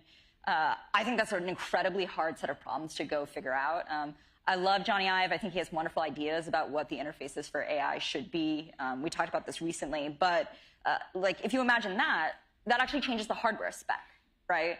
Your phone is not designed for even just a basic thing like battery power. It's not designed to listen to you all the time. But aren't you describing an Alexa or a Google Home? No, I think the Alexa is designed to be stationary in one setting. I spend most of my time at work. I don't know about you guys. Like when I'm home, I'm hanging with my kids and my spouse and sleeping, right? So I think that the idea of the personal device as the most important thing in our technology world has held true so far, and I think that's possible in AI. Do you think something we wear? Yes, I mean I think that is the most logical view of it. The couple working theses that people have are something like a pen or a set of glasses. Yeah. Right. 2 more questions before we lose you. What new AI service are you infatuated with right now? So I have young kids, and I think, well, let me start with the premise of like one of the reasons I'm so optimistic about AI is I think more people are creators of different kinds than we give them credit for in today's world, because it's really hard to create like the tools. You spend so much of your time learning to use the tools of a trade. And the fact that we can give people access to making images, writing, video, voice, music, and lower the barrier dramatically, I think is just like really compelling. And so I use a combination of services like, like HeyGen and Imagen and Suno for music and ChatGPT and Claude to like make personalized stories for my kids. And I think about how excited that makes them to come up with their own narratives and like just be creative, because they have this feedback cycle of like, I came up with something, and it's like the quality of the output is so good that I think it will keep them more creative over time. So one of the things that comes through on the podcast is that you are an unapologetic geek. Okay. So give us like a piece of fiction, a novel or a TV show or a movie that you think captures this moment, that everybody should read or watch now as a guide to this world we're moving into. Yeah, so I was actually at my friend's Dylan Field, who runs Figma, Elena Nadalinsky, who's also an entrepreneur, and Laura Deming, who runs a company that is working on cryopreservation or like freezing, for example, organs for transfer. And we were watching this TV show, Pantheon. It's kind of a niche TV show. I think it's on Netflix, but it is about uploading consciousness and a bunch of the societal and philosophical questions that comes with that. But it's based on some stories from this writer, Ken Liu, who was an engineer by background. And so it's like technically, the best type of science fiction, in my view, is like technically like sort of feasible in the far future, and then like also feels very real as a world. So I love this one.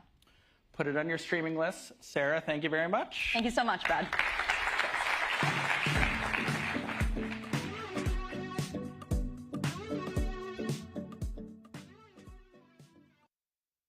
Please welcome to the stage Trae Stevens, co-founder and executive chairman of Anduril Industries, for a conversation with Bloomberg's Tom Giles.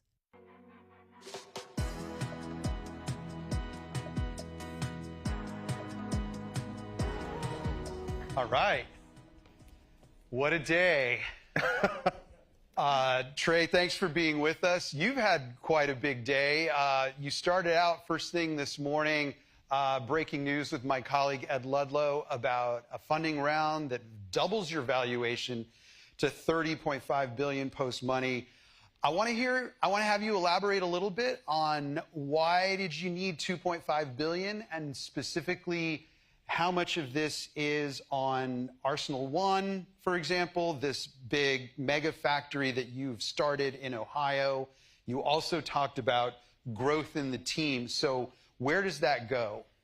Yeah, I mean, we're in an interesting position as a defense products company. Rather than the traditional kind of last 50 years of the defense model, which is predicated on cost plus contracting, where the government pays you to develop something, and then they pay you to buy that thing, and then they pay you to maintain and support that thing over, in many cases, 50 to 100 years.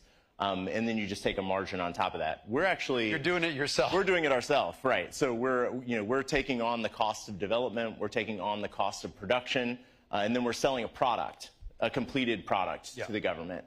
And because of that, it means that this is a capital-intensive business, and if we're going to operate at a speed and a scale that's relevant to the warfighter, as we're seeing from theaters like Ukraine and Israel, things move very quickly, and we need to move at a speed of relevance. In order to do that, we need to be able to deploy our own capital into those problem sets. So, north of $1 billion of that is just purely reserved for scaling production, which not only involves the Arsenal site in Ohio, but also building out shipyards for our undersea systems, and additional prototype manufacturing sites and test sites and things like that. So there's a lot of moving pieces.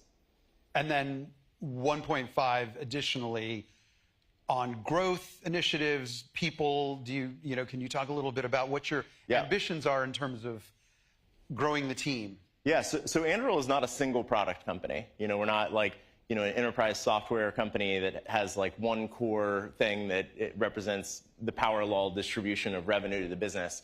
We operate with a bunch of different business lines. We build autonomous systems in every domain, everything from undersea systems all the way into space and everything in between. And because of that, we're constantly launching new products that we're selling into our customer set. And so a lot of that capital will go into continuing to keep our pedal to the metal on product development, which is both headcount as well as, the cost of developing hardware is not just headcount, it's everything that goes into that, facilities and things like that. So pretty broad ranging. You have talked about ambitions for more, like Arsenal 1 is just the beginning, if you will, of mega factories. More across the country is what you and your colleagues have told us. Can you elaborate on that? Can you tell us a little bit more about kind of where might we look geographically, and how many more are you envisioning at this point? Yeah, I mean, there's a reason we called it Arsenal 1, because there will be an Arsenal 2 and an Arsenal 3. I think this takes a couple of different shapes. First is domestically, I think we'll continue building out our manufacturing capabilities. We're starting with about 800,000 square feet in Ohio. That's the first building on the campus. That will expand to 5 million square feet over the coming years. But we'll also be building out facilities to do things like solid rocket motor production, which we already have a facility that's been stood up to do that. Shipyards, as I said. Yep. So there will be big opportunities to scale into Arsenal 2, Arsenal 3, and so forth. In addition to that, there's also a really interesting angle with international, where working with our allies and partners, we could stand up manufacturing capacity in those countries as well, which, as you might imagine, from the perspective of a national prosperity agenda, these are really important signals of partnership to our closest friends abroad. So I think that will be part of the Arsenal strategy as well, is to build out that manufacturing capacity in places like the UK or other places like that. Great. As I understand it, your first products from Arsenal 1 will be manufactured July 2026. Are you still holding to that timetable? I think we are. It's not just our timetable. It's the timetable of the United States government. So, yes, that is the timetable, God willing. Speaking of the U.S. government, we've started to get signs from the Trump administration on, its plans for modernizing the military. And that's something that, they consulted with you on.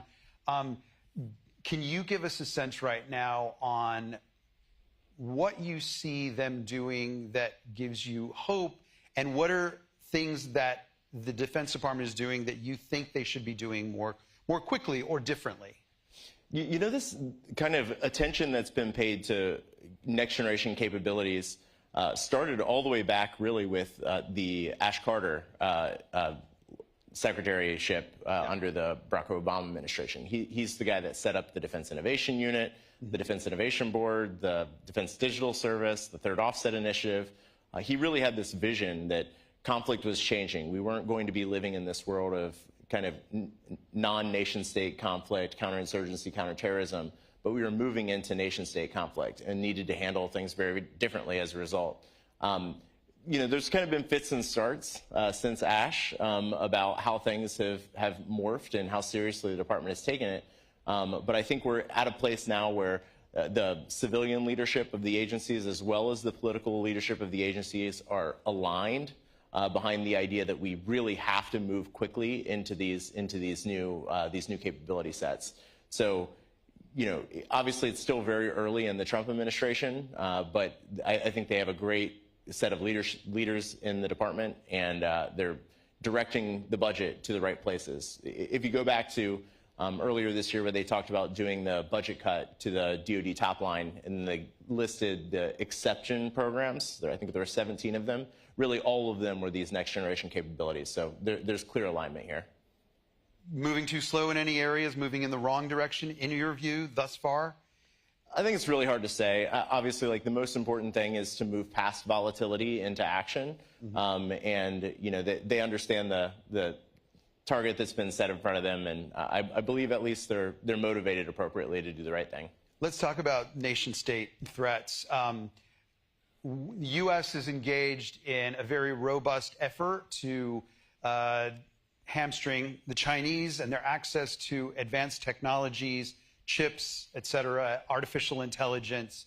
Do you think that what you've seen so far, and this is not just about Trump, this is about policies that were pursued under his predecessor and then him in his first administration, are we going about, if you believe that we really do need to hamstring China's ability and its access to advanced technology, are we going about that in the right way?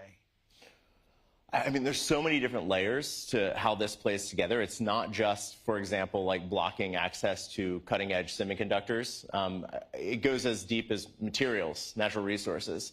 Obviously, China has run a very effective strategy for a long time now with the Belt and Road Initiative to make sure that they're securing access to critical materials and minerals that we need to take this next step. So we have a really complex kind of strategic response that will be required to do a good job of this. You know, they're going to be, they will approach these problem sets very differently than we will as a result of where their advantages lie. I don't expect that there's going to be a tremendous amount of, you know, innovation and really cutting edge capabilities. I think it will be more like fast following and working on incremental improvements to existing capabilities to give them, you know, more range, better sensing, things like that, to give them an advantage on the battlefield. And so a lot of this will come down to how quickly we can move. And that has not been a strength of the U.S. Department of Defense for the last 50 years. You mean how quickly we can move in staying ahead and deploying the technologies that we have access to? Yeah, if you think about it, more time has passed between the first flight of the SR-71 to today than passed between the Wright Flyer to the SR-71. That's crazy.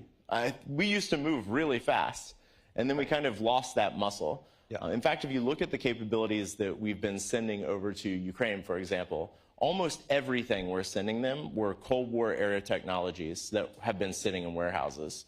I think the average American believes that there's all this like nearly extraterrestrial technology sitting in classified bunkers all over the country, and we have this impenetrable advantage against our adversaries, and it's just not true.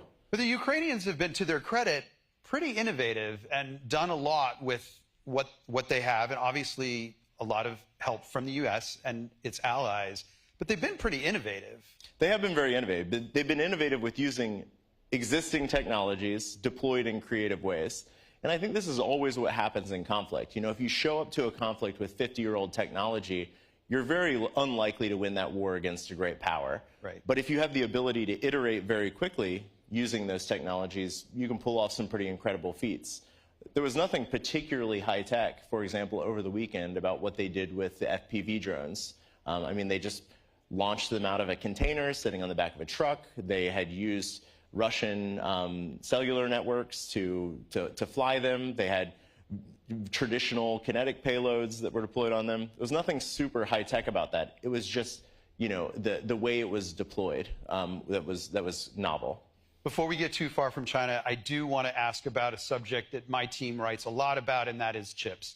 And specifically, there is a criticism, I'll say it, Jensen Huang, he has a very vested interest in selling chips into China.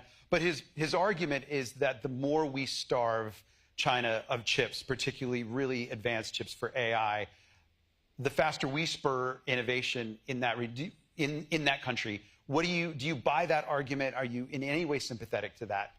There's definitely truth to this. I mean, they've done a really good job of building capabilities that we've prevented them from getting access to, or at least made difficult for them to get access to.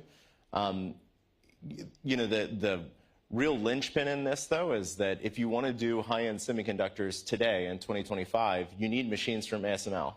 And there's some amount of control that we have on the market to prevent access to things like the lithography machines.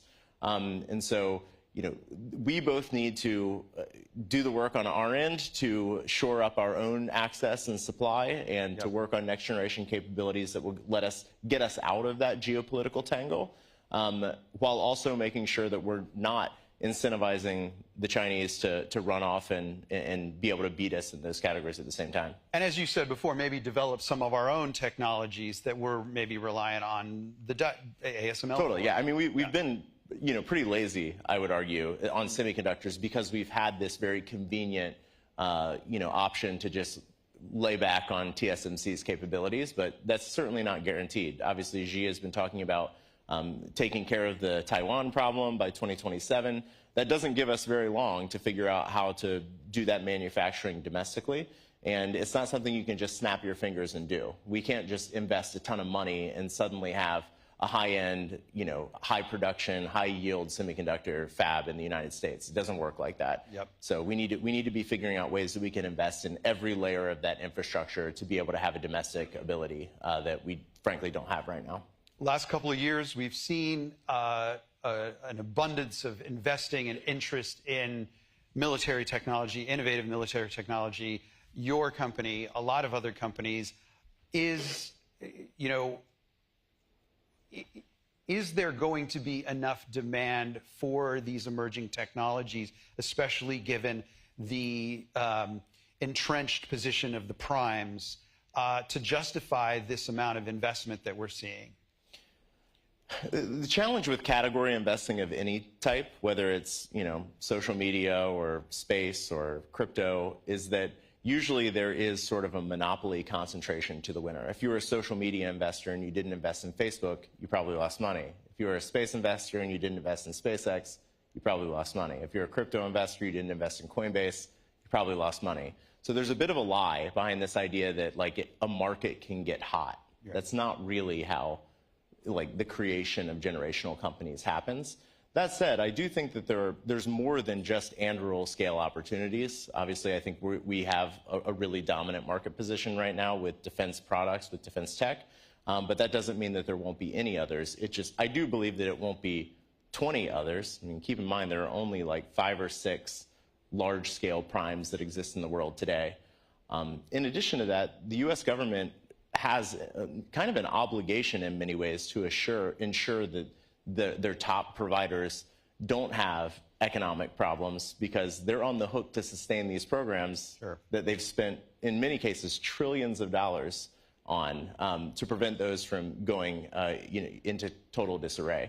You could argue, in fact, in some ways that the next generation air dominance, the 6th generation manned fighter jet, Boeing got a $20 billion design contract. There's always a question of, did they get that design contract because they're actually going to follow through with building a 6th generation manned fighter plane, or did they get it as a TARP funding to prevent them from going under, given all of the very public problems that the company has had in recent years? I want to get to Founders Fund. Before we do, very quickly, in September, you announced that Anduril had deployed 300, by that point, deployed 300 autonomous surveillance towers, ASTs, in support of customs and border protection. Can you update us where that number is now, if you were to put out a press release?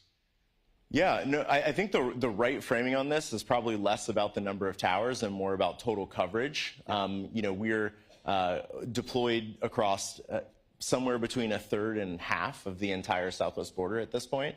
There tends to be this belief that border security is this super partisan topic. It's actually not. Most of the growth for Anduril in our work was under the Biden administration. Everyone agrees that you need to know what's coming across in both directions.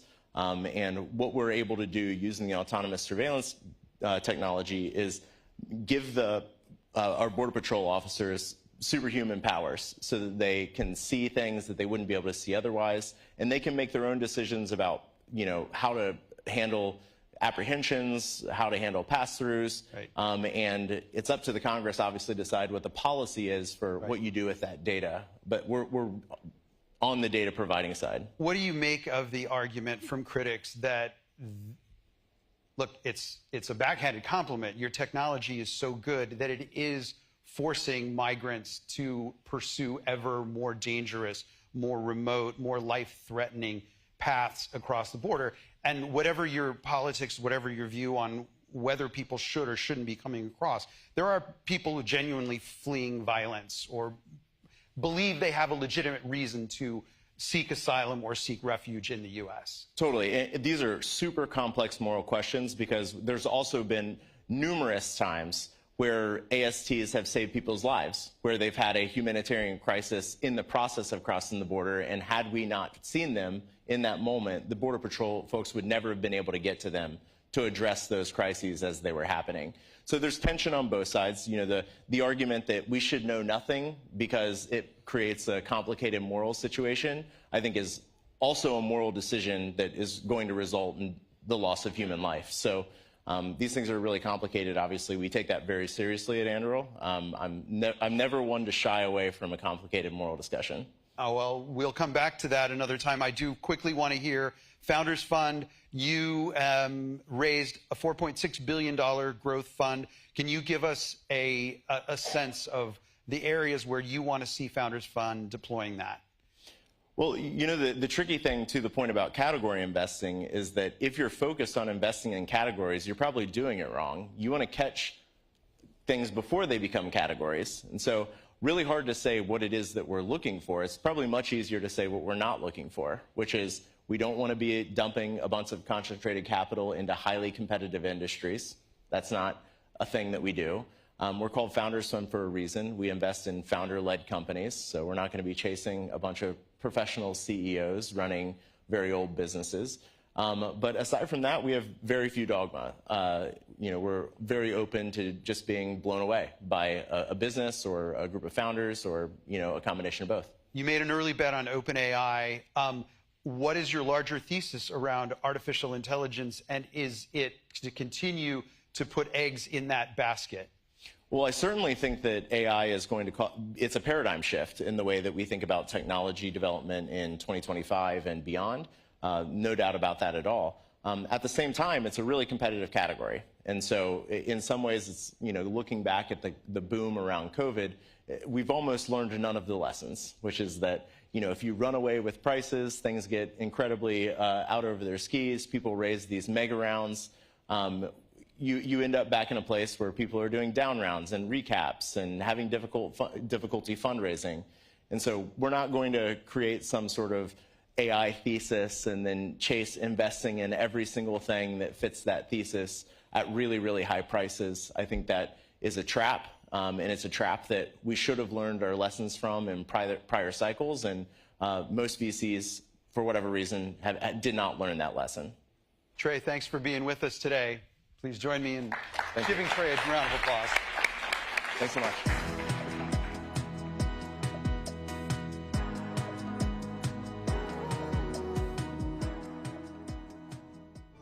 Welcome back to the circuit. This time, we're taking you to the frontier. Do we have a camera, or do we? We don't want to lose you, Emily, in all of this. Stargate. Put that name down in your books. What we're undergoing right now is sort of the largest infrastructure bill in human history. To meet the people rewriting the rules of code and culture. How do you personally grapple with the pace of it all? It does feel like it's going very fast. When did you realize, oh my gosh, my life is never going to be the same? The day I got engaged, I was like, whoa, what have I bitten off here? Where the future gets real. How confident are you that AI's promise will outweigh the perils? I'm not confident. So the tech companies are lying or fudging. And a little weird. What's the point of this? What is the point of any of this? Tune into Season 3 of The Circuit with me, Emily Chang, Thursdays at 6 p.m. Eastern on Bloomberg Originals and Bloomberg TV. Microsoft is building its own models. OpenAI is making other friends, and your partnership ends in 2030. Are you trying to tell the kids that maybe this marriage isn't forever? This is another thing I learned in the last 50 years is, you approach all partnerships and create long-term stable partnerships which are win-win, right? So I hope that for decades to come, Microsoft and OpenAI will be partnered in a variety of different ways. Will they have other partners? Absolutely. Will we have other partners? Absolutely. But the relationship is changing, right? Like, how is it changing, and what happens when that deal is? I think that any company that has gone from being a research lab to one of the most successful product companies of this age, obviously things have to change for them and for us, and in the context of the partnership, right? We have IP rights. We're thrilled about that access we have.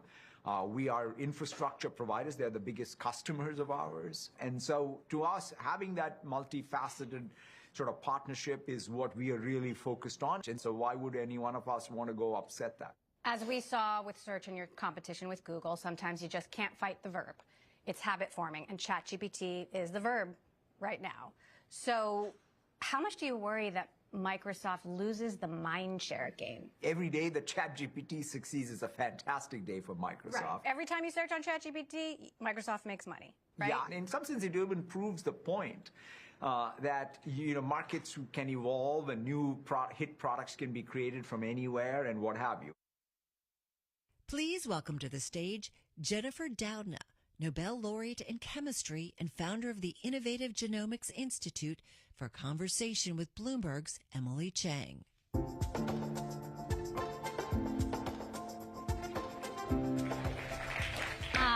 Thank you so much for being here. Great to be here.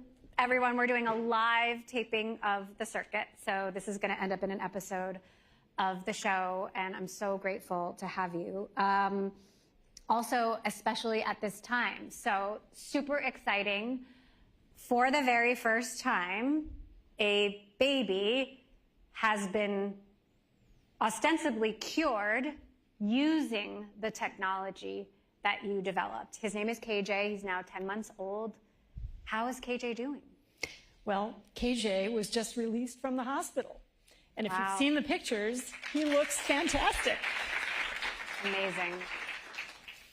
How did this happen? He had a very rare disease, and somehow I'm told it was sort of like a mini Manhattan Project, but everyone got on board: the scientists, the doctors, the FDA, his family, to create this cure. It's a wonderful story, Emily. It's really what needs to happen with CRISPR. It's a case where a baby was born last August in Philadelphia, or he was being seen in Philadelphia. He clearly had a metabolic disease that made it impossible for him to digest protein, serious, very, very serious disease. His doctor realized that he could be treated with CRISPR, which is a genome editing technology, allowing rewriting the letters of DNA to make a corrective change to a gene. And so without waiting to sort of let the slow wheels turn on something like that, these doctors got in touch with Fyodor Urnov at the Innovative Genomics Institute here in the Bay Area. They quickly figured out the exact type of edit that would be necessary to cure this disease. They created it, tested it in the lab, tested it in animals with some funding that we got very quickly from the National Institutes of Health. And in close collaboration with the Food and Drug Administration, they figured out how to get this baby enrolled quickly in a clinical trial that would allow this therapy to be applied in an emergency use authorization. And that's how it came about. I'm not sure what I'm surprised by more, the fact that this was possible or that the FDA cleared the way so quickly in this environment. Well, we're grateful that we were already in conversation with the FDA. So one of the things that's happening in the field right now is there are many people that recognize that for a treatment like this, like what baby KJ received to happen, we must come up with a different paradigm for how we clinically test therapeutics. And you can't, it's just simply not possible to run through a full gamut clinical testing program for every rare disorder. And so right now, there's a very active process in which the FDA is working closely with scientists to figure out what is the right strategy. And I think baby KJ is an example of what can be done. What can CRISPR cure? What can't it? Sure. Well, let's dial back. Let's go back to December of 2023, when the FDA and the related agency in the United Kingdom approved a CRISPR therapy for sickle cell disease. That was actually the first approved therapeutic with CRISPR. And it's an extraordinary therapeutic. I met Victoria Gray just last week. We were at an event in New York together. We met for the first time. She's the first U.S. patient to receive that CRISPR therapy for her sickle cell disease. And she told us the story of her life, where she had been affected by this ongoing crises with this really terrible, devastating blood disorder. And with CRISPR, she received a one-and-done therapy 6 years ago, and she hasn't had a single crisis since then. So what are the possibilities? Like, talk to us about the other diseases that this could cure and what the limits of it are. Well, okay, so let's talk about the opportunities first, and then we'll talk about the limits. So with CRISPR, we have now a technology that allows rewriting DNA. So it means that when we have diseases that are characterized as stemming from a single defective gene in our cells, we have the technology to make a correction to that sequence.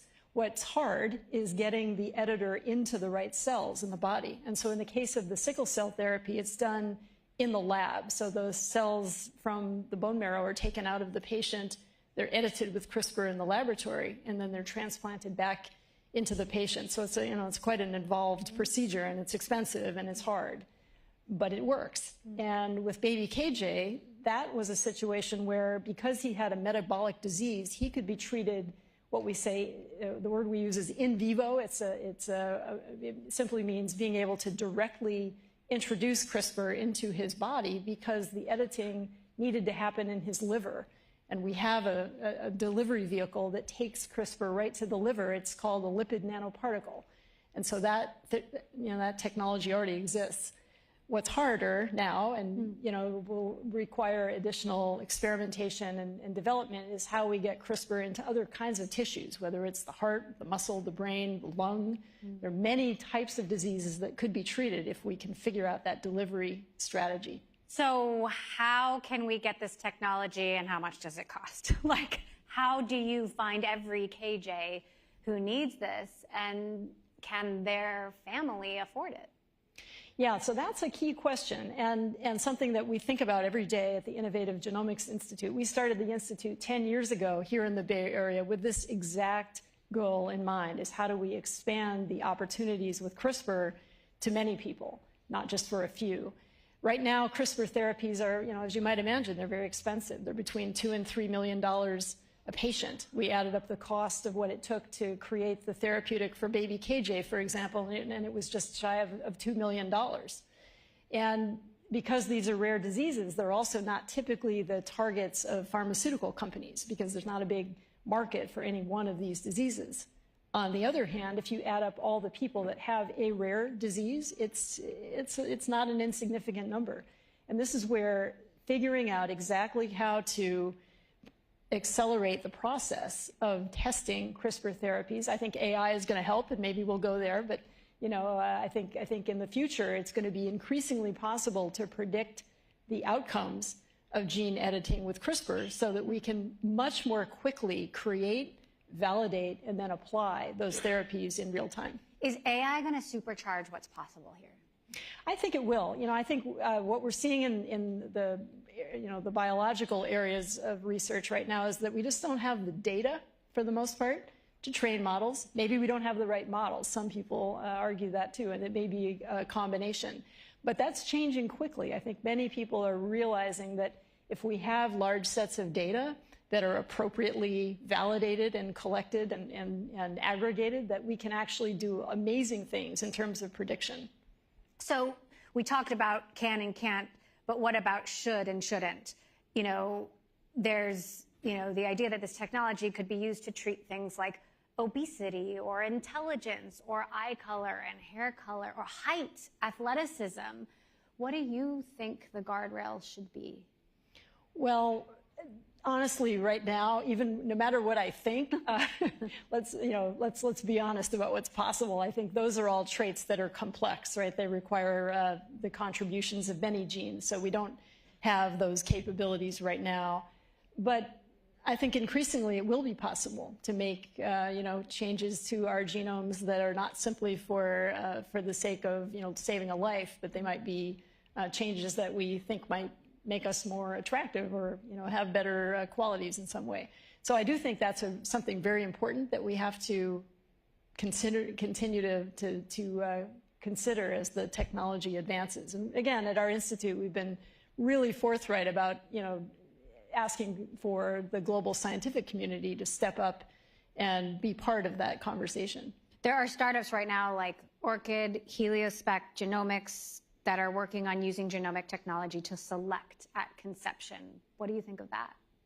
Well, that reminds me that I wanted to say something else, and that is that just so there's no misconception here, when we talk about baby KJ's treatment or the sickle cell disease therapy, these are therapies that treat an individual. They're not editing the germline. In other words, they're not making heritable changes to DNA. But what you're talking about is, suppose you could use CRISPR in sperm or eggs or embryos, maybe during in vitro fertilization. You could make a few tweaks.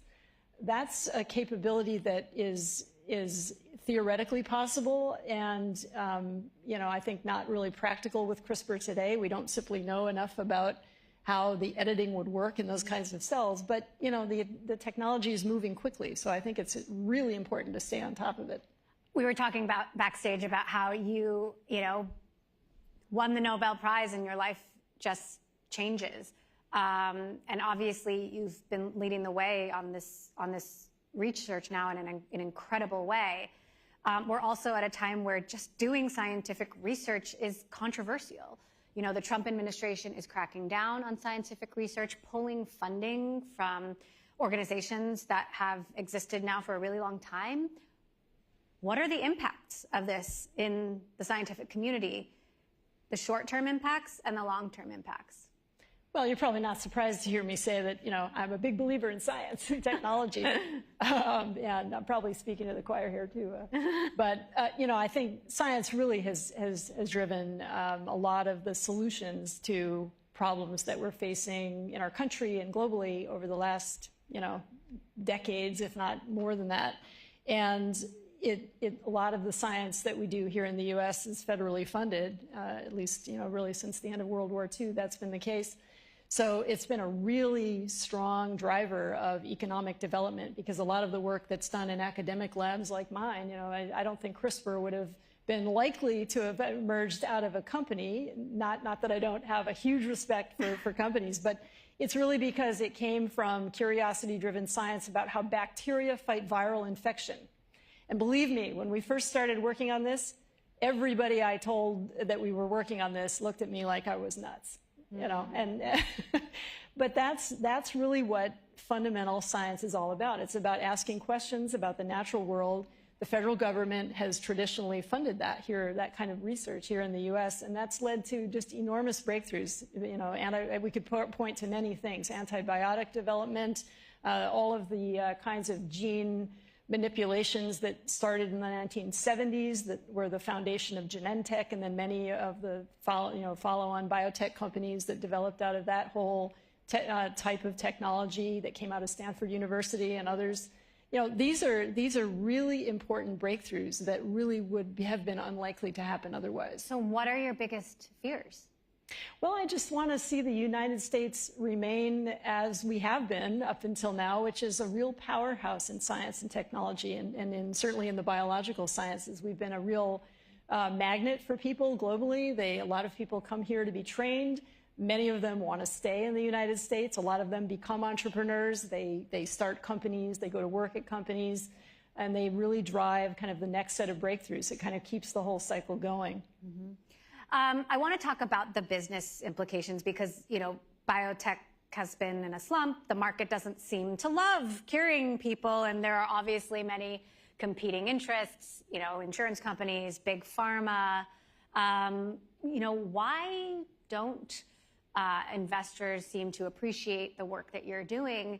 And, what is the message that sends to scientists about whether or not their work is actually valuable? Well, just like in other fields, I think, biotech goes through cycles. And right now we're in a downturn. We have been there for a bit. And why is that? Well, I think, investors get excited about breakthroughs like CRISPR and other things, and then they realize that, science is hard. It's hard. It's hard to make drugs. It's hard to make drugs that are good and effective and safe. It's a challenging business, and it takes time. You have to be patient.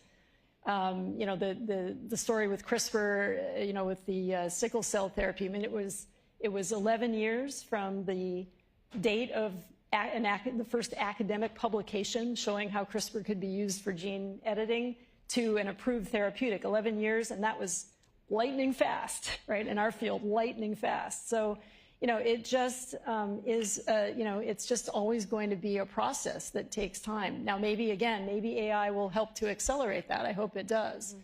But we all have to just grapple with the fact that, bodies are complicated. Mm-hmm. Your organization, the Innovative Genomics Institute, is doing so many cool things, and I don't think people necessarily realize how much you actually work very closely with startups that are on some of these paths. You're trying to change the DNA of cows to improve climate change. I mean, all these really cool sort of frontier things. Give us sort of like the top 3 coolest things that you're working on that you're most excited about. Well, I'm trying to change the DNA of cow bacteria, just to be clear. Why are we doing this? Well, those bacteria are doing something very important and very damaging to the environment. They're making a lot of methane, which is one of the most powerful greenhouse gases. And we think we have a CRISPR-based strategy for changing that. We can tweak the metabolism of those bugs and dial down the production of methane and actually make the food that those cows eat go into more milk and meat. So it's a kind of a win-win for everybody. So we're working on this. It's a partnership with the University of California, Davis. We're very, very proud to have them as an official partner of the Innovative Genomics Institute. And then we're, of course, we're very, very focused on rare diseases, N of 1 diseases, as we discussed with the baby KJ example. That's the first of what I hope will ultimately be many types, such cures. And how are we going to do this? How are we going to scale it? Well, our initial plan is to use philanthropic funding to treat another dozen or so children. We'd like to do that here in California. Mm-hmm. And what we'd like to do in that process is to use those cases as ways to streamline the process, continue working with the FDA. We'd love to ultimately get other medical centers involved so that the whole pipeline for creating these types of therapies is easier. And one thing that will, of course, make that possible and bring down the cost is manufacturing. So that's a key piece of what we're working on right now, is how to reduce the cost of just making the CRISPR molecules. So it's very exciting. Is there anything scary to you about sort of the moment that we're in, the intersection of AI and CRISPR? These are both technologies with enormous potential, but I wonder if the intersection of them creates any, gives you any potential fear.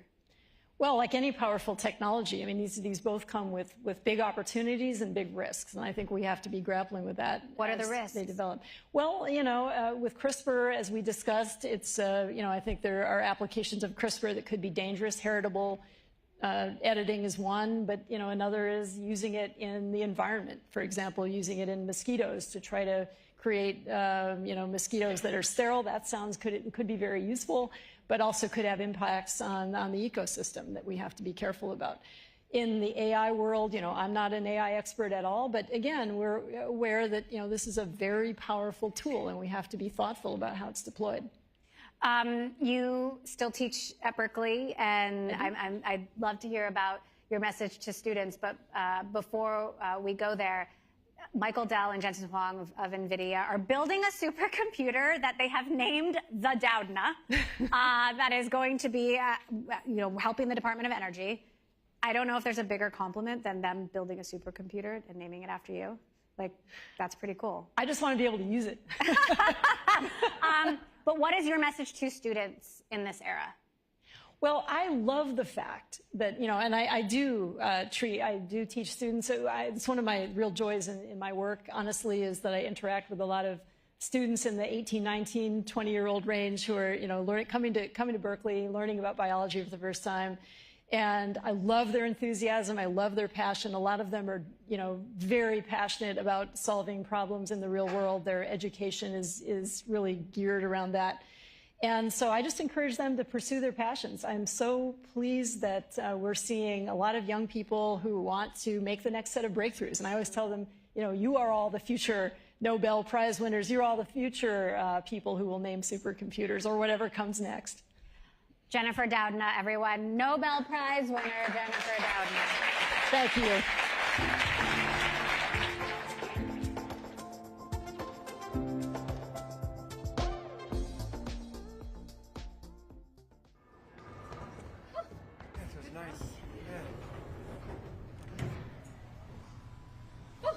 John, what did you do this morning? I woke up. Oh, that's great. Yeah, great. Oh, this is awesome.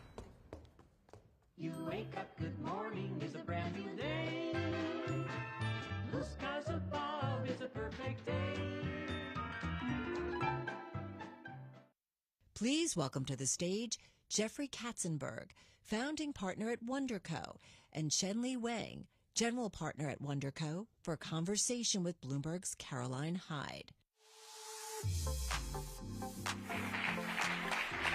Welcome. Now, this discussion is called From Vision to Venture. You all have visions of the cocktail after this. We, gentlemen, are the final act. And we basically, I've just been listening to Jeffrey's morning. He is an espresso martini in human form. The guy was at a meeting at 3:45 PT time, getting electrified about the next set of investments, what's taking you forward. And I want to start on investments, because Creatify, AI. Yes. Just the latest money that you've put in, and this is about using artificial intelligence, generative artificial intelligence in the world of ads. And what's so interesting, Jeffrey, is that for me it epitomizes kind of our optimism and our anxiety around AI. Optimism that it can do so much more productive. Anxiety that, is this going to make creatives redundant? What's your answer to that? Well, first I have to ask a question since we're the closer. Has there been a single person on this stage today that has not said AI? No. Maybe Peloton for a hot second managed to avoid it? My guess not. Listen, it is to me, I think it's just a incredibly exciting time. I think that, you know, the world changed in November 2022, where the possibilities were unleashed in a way that is really just hard to imagine how much has changed just in these, whatever it is, 16, 18 months.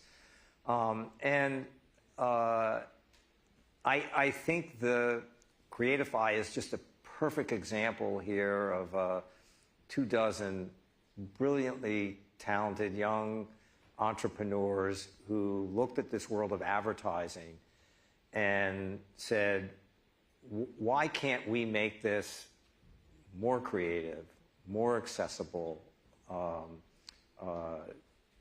actually use tools that are available today to bring a level of both quality and to be able to use the speed of iteration to pursue perfection. And I'll let Chenli talk a little bit more about it, but to me, it is, again, a great example here in which I think we're going to see, particularly for performance marketing and for, you know, the online marketing, digital marketing, we're going to see a quality escalation here that is going to take people's breath away. Quality that, look, almost on the same week as you announced the investment, Chenli, we had Zuckerberg saying, I want to own generation of ads as well and generative AI. Come to me, one-stop shop. Why then go to Creatify? Well, Meta is one of the most incredible platforms for advertisers to find their audience. And I think they're going to be excited that there's going to be Creatify, there's all the agencies that exist in the world that make wonderful creatives. They are going to be the ultimate winners regardless, because that's where the audience live.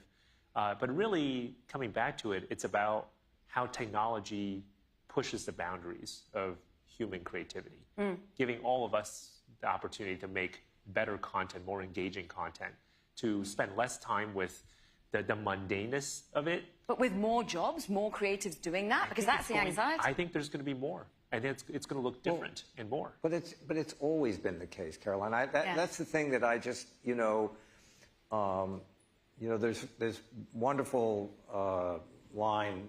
I think maybe Henry Kravis said some version of this, which is, as uncomfortable as change is, irrelevance is going to be way more difficult to deal with.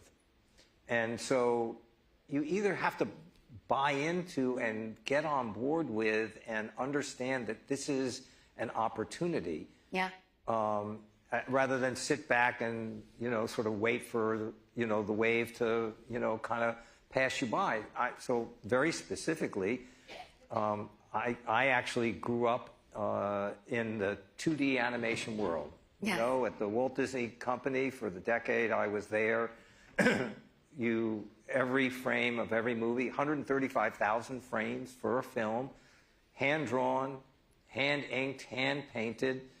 And then John Lasseter comes along with this CGI animation.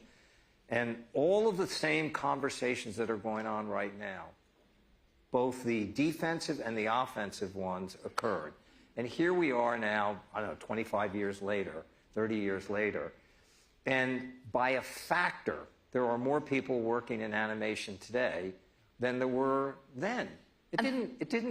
It changed the jobs. It didn't eliminate them. And this is where I have to say, I think with some of the, more brilliant people that are out there talking about the talent that is building this is not necessarily, I think, fully aware of how it's actually going to get deployed in a good way. That's not a criticism. And thanks to you, with the development from what happened at Disney and with Toy Story and then on to DreamWorks, we now have more people doing animation than ever before. I want to engage the audience. Please do give us your questions, because the history and the expertise and the deep knowledge these two have is extraordinary. And I want to go, therefore, from being able to see that genius and being able to see disruption and take it wholeheartedly. Jenny, from your perspective, what is it that makes a founder stand out then at this moment? Because the technology is there and right for the taking, but the talent and what is the focus to use that disruption is something that needs to be singular. Yeah, and that has not changed. No? It was probably 10, 15 years ago when I first met Drew. I ended up being one of the first employees there. You were Goldman, NEA, bit at Workday, one of the first at Dropbox. One of the first at Dropbox. And it wasn't because Drew had already built. I went to Workday because Dave Duffield was a legend in enterprise software.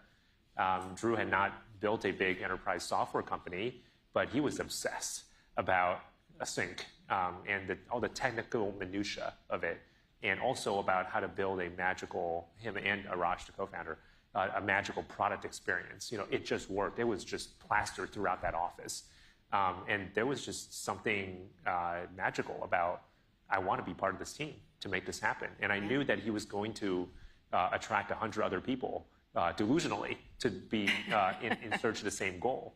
And so years later, when we meet Dylan at Figma, and he was, from very early days, he's like, this is how design's going to work in the future.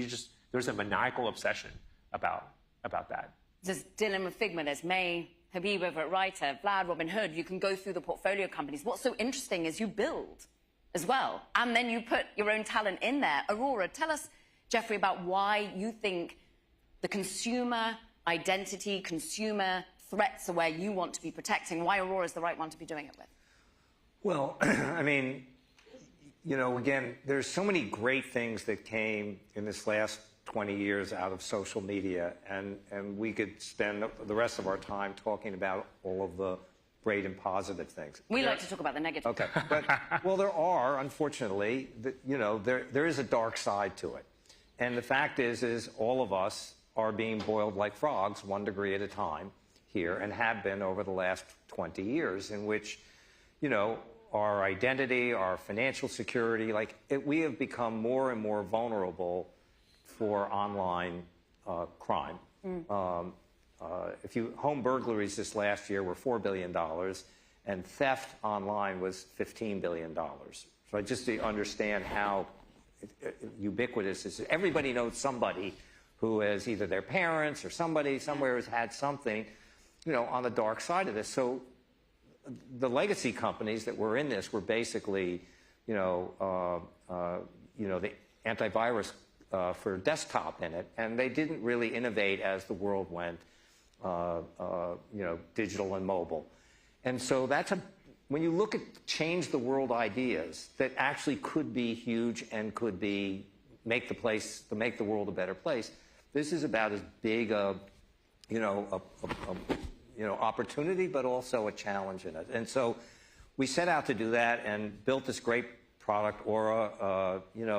Started the company 5-6 years ago. This year, it's just passed 205 million of ARR, growing 40-some-odd%. And this thing is taking off. But the most rewarding part of it is the founder, CEO of the company, had a 13-year-old daughter who actually kind of got down the rabbit hole here into some trouble. And and it's a close family, close relationship. She's a good kid. And he realized he knew nothing about it. He had no tools, no ability to actually be a great parent. And that set him on this course to say, you know what, he was driven at the outset by wanting to build something great. And he then pivoted on a mission to do something great. And that sort of drive, has given him, so about 4 weeks ago, he launched this Aura family safety product.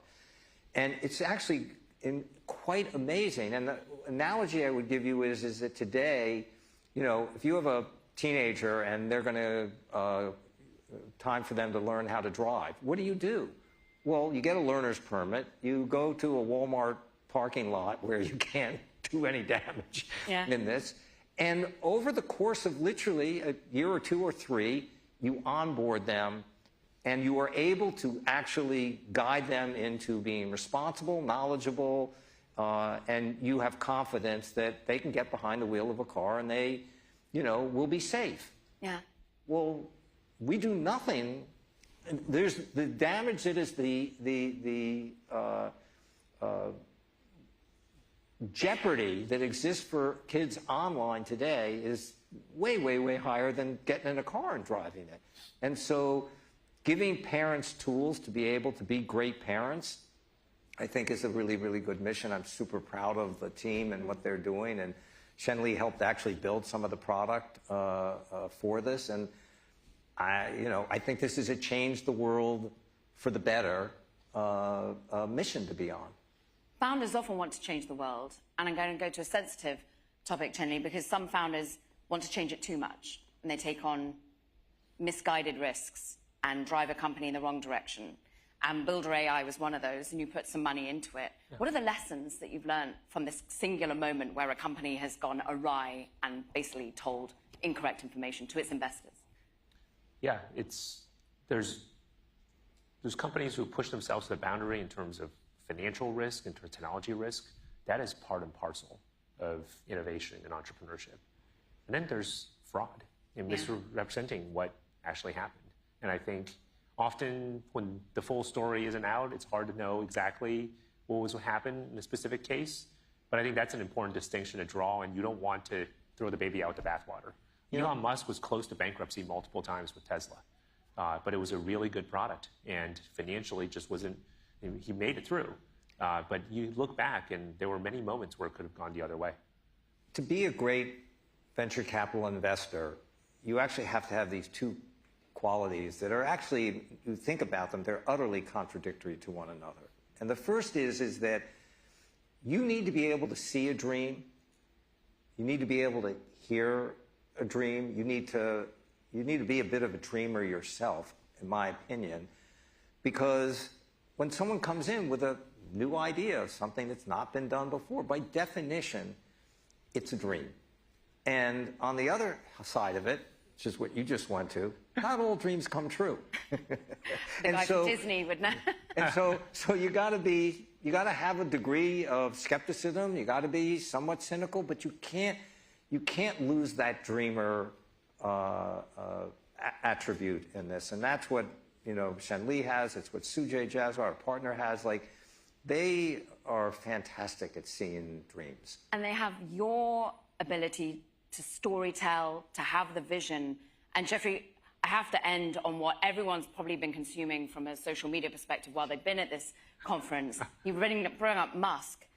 What is going on in terms of Musk and Trump? And yeah, what do you push us forward? Tell us the story for tomorrow. Tell us the story. You're a man who knows politics. All I will say to you is that storytelling is a part of every single thing that happens in company building. You need to be able to tell that story, whatever this new idea is that you're going to do. You need to be able to tell a story to your investors. You need to be able to tell a story to whoever you're going to be selling that product to. And there's no set of circumstances in which I will answer the question that you just asked me.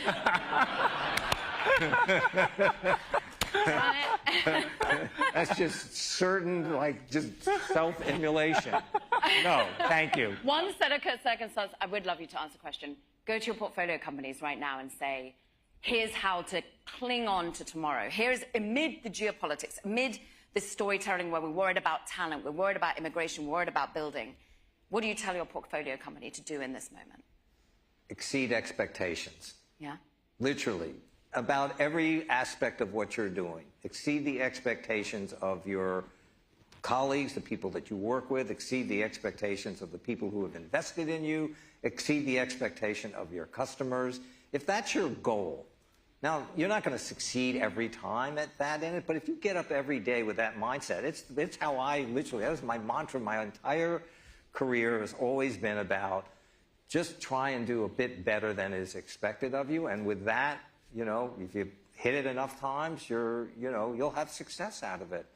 For me personally, I have a, I said it to you, which is, it's probably what you were trolling me for here, which is that, mine today is never let your memories be greater than your dreams. And that's my life. Every day I get up. I got up this morning. I've had just an unbelievable day. I've got more coming. Here he's sending me off to see a founder with a thing he says is going to blow my mind. I can't wait. And it's about great mentors and great mentees and great teamwork. I think they might have just exceeded our own expectations. Audience, go exceed yours. Grab a drink. And please give it up to the one and only Jeffrey Katzenberg, Tenny Wang. Thank you so much both for your time.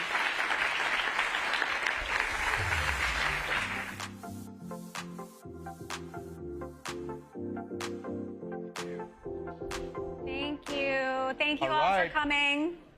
I hope you're all heading to the terrace because we're going to be having refreshments up there. Thank you all for coming. I hope you learned something, met someone cool. I just want to thank our sponsors one more time, Invesco QQQ, our presenting sponsor, PwC, Salesforce, Samsung, our participating sponsor, Personal AI, our contributing sponsor, Fuse. Did you have fun? I had a great time. I hope you all did too. I hope you learned something, and I hope you met someone interesting. I hope you learned something today that challenges you and makes you think differently about the world. Lastly, I will just tell you that I encourage you to head up to the 4th floor. As Emily mentioned earlier, we've got a closing reception there. There will be beverages, refreshments, proudly sponsored by Personal AI.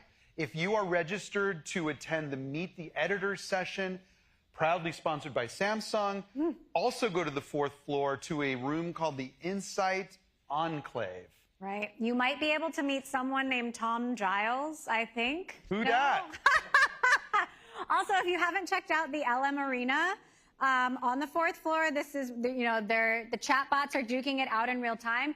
Gemini is actually the top of the leaderboard around the world. So millions and millions of people have decided that Gemini is the best right now, but ChatGPT is actually the top of our Bloomberg Tech leaderboard. So you can go up there and vote on which chatbot you think is the best. And also up there, check out the Salesforce Agentforce activation. You can recharge your device at the Invesco QQQ Power Up Lounge.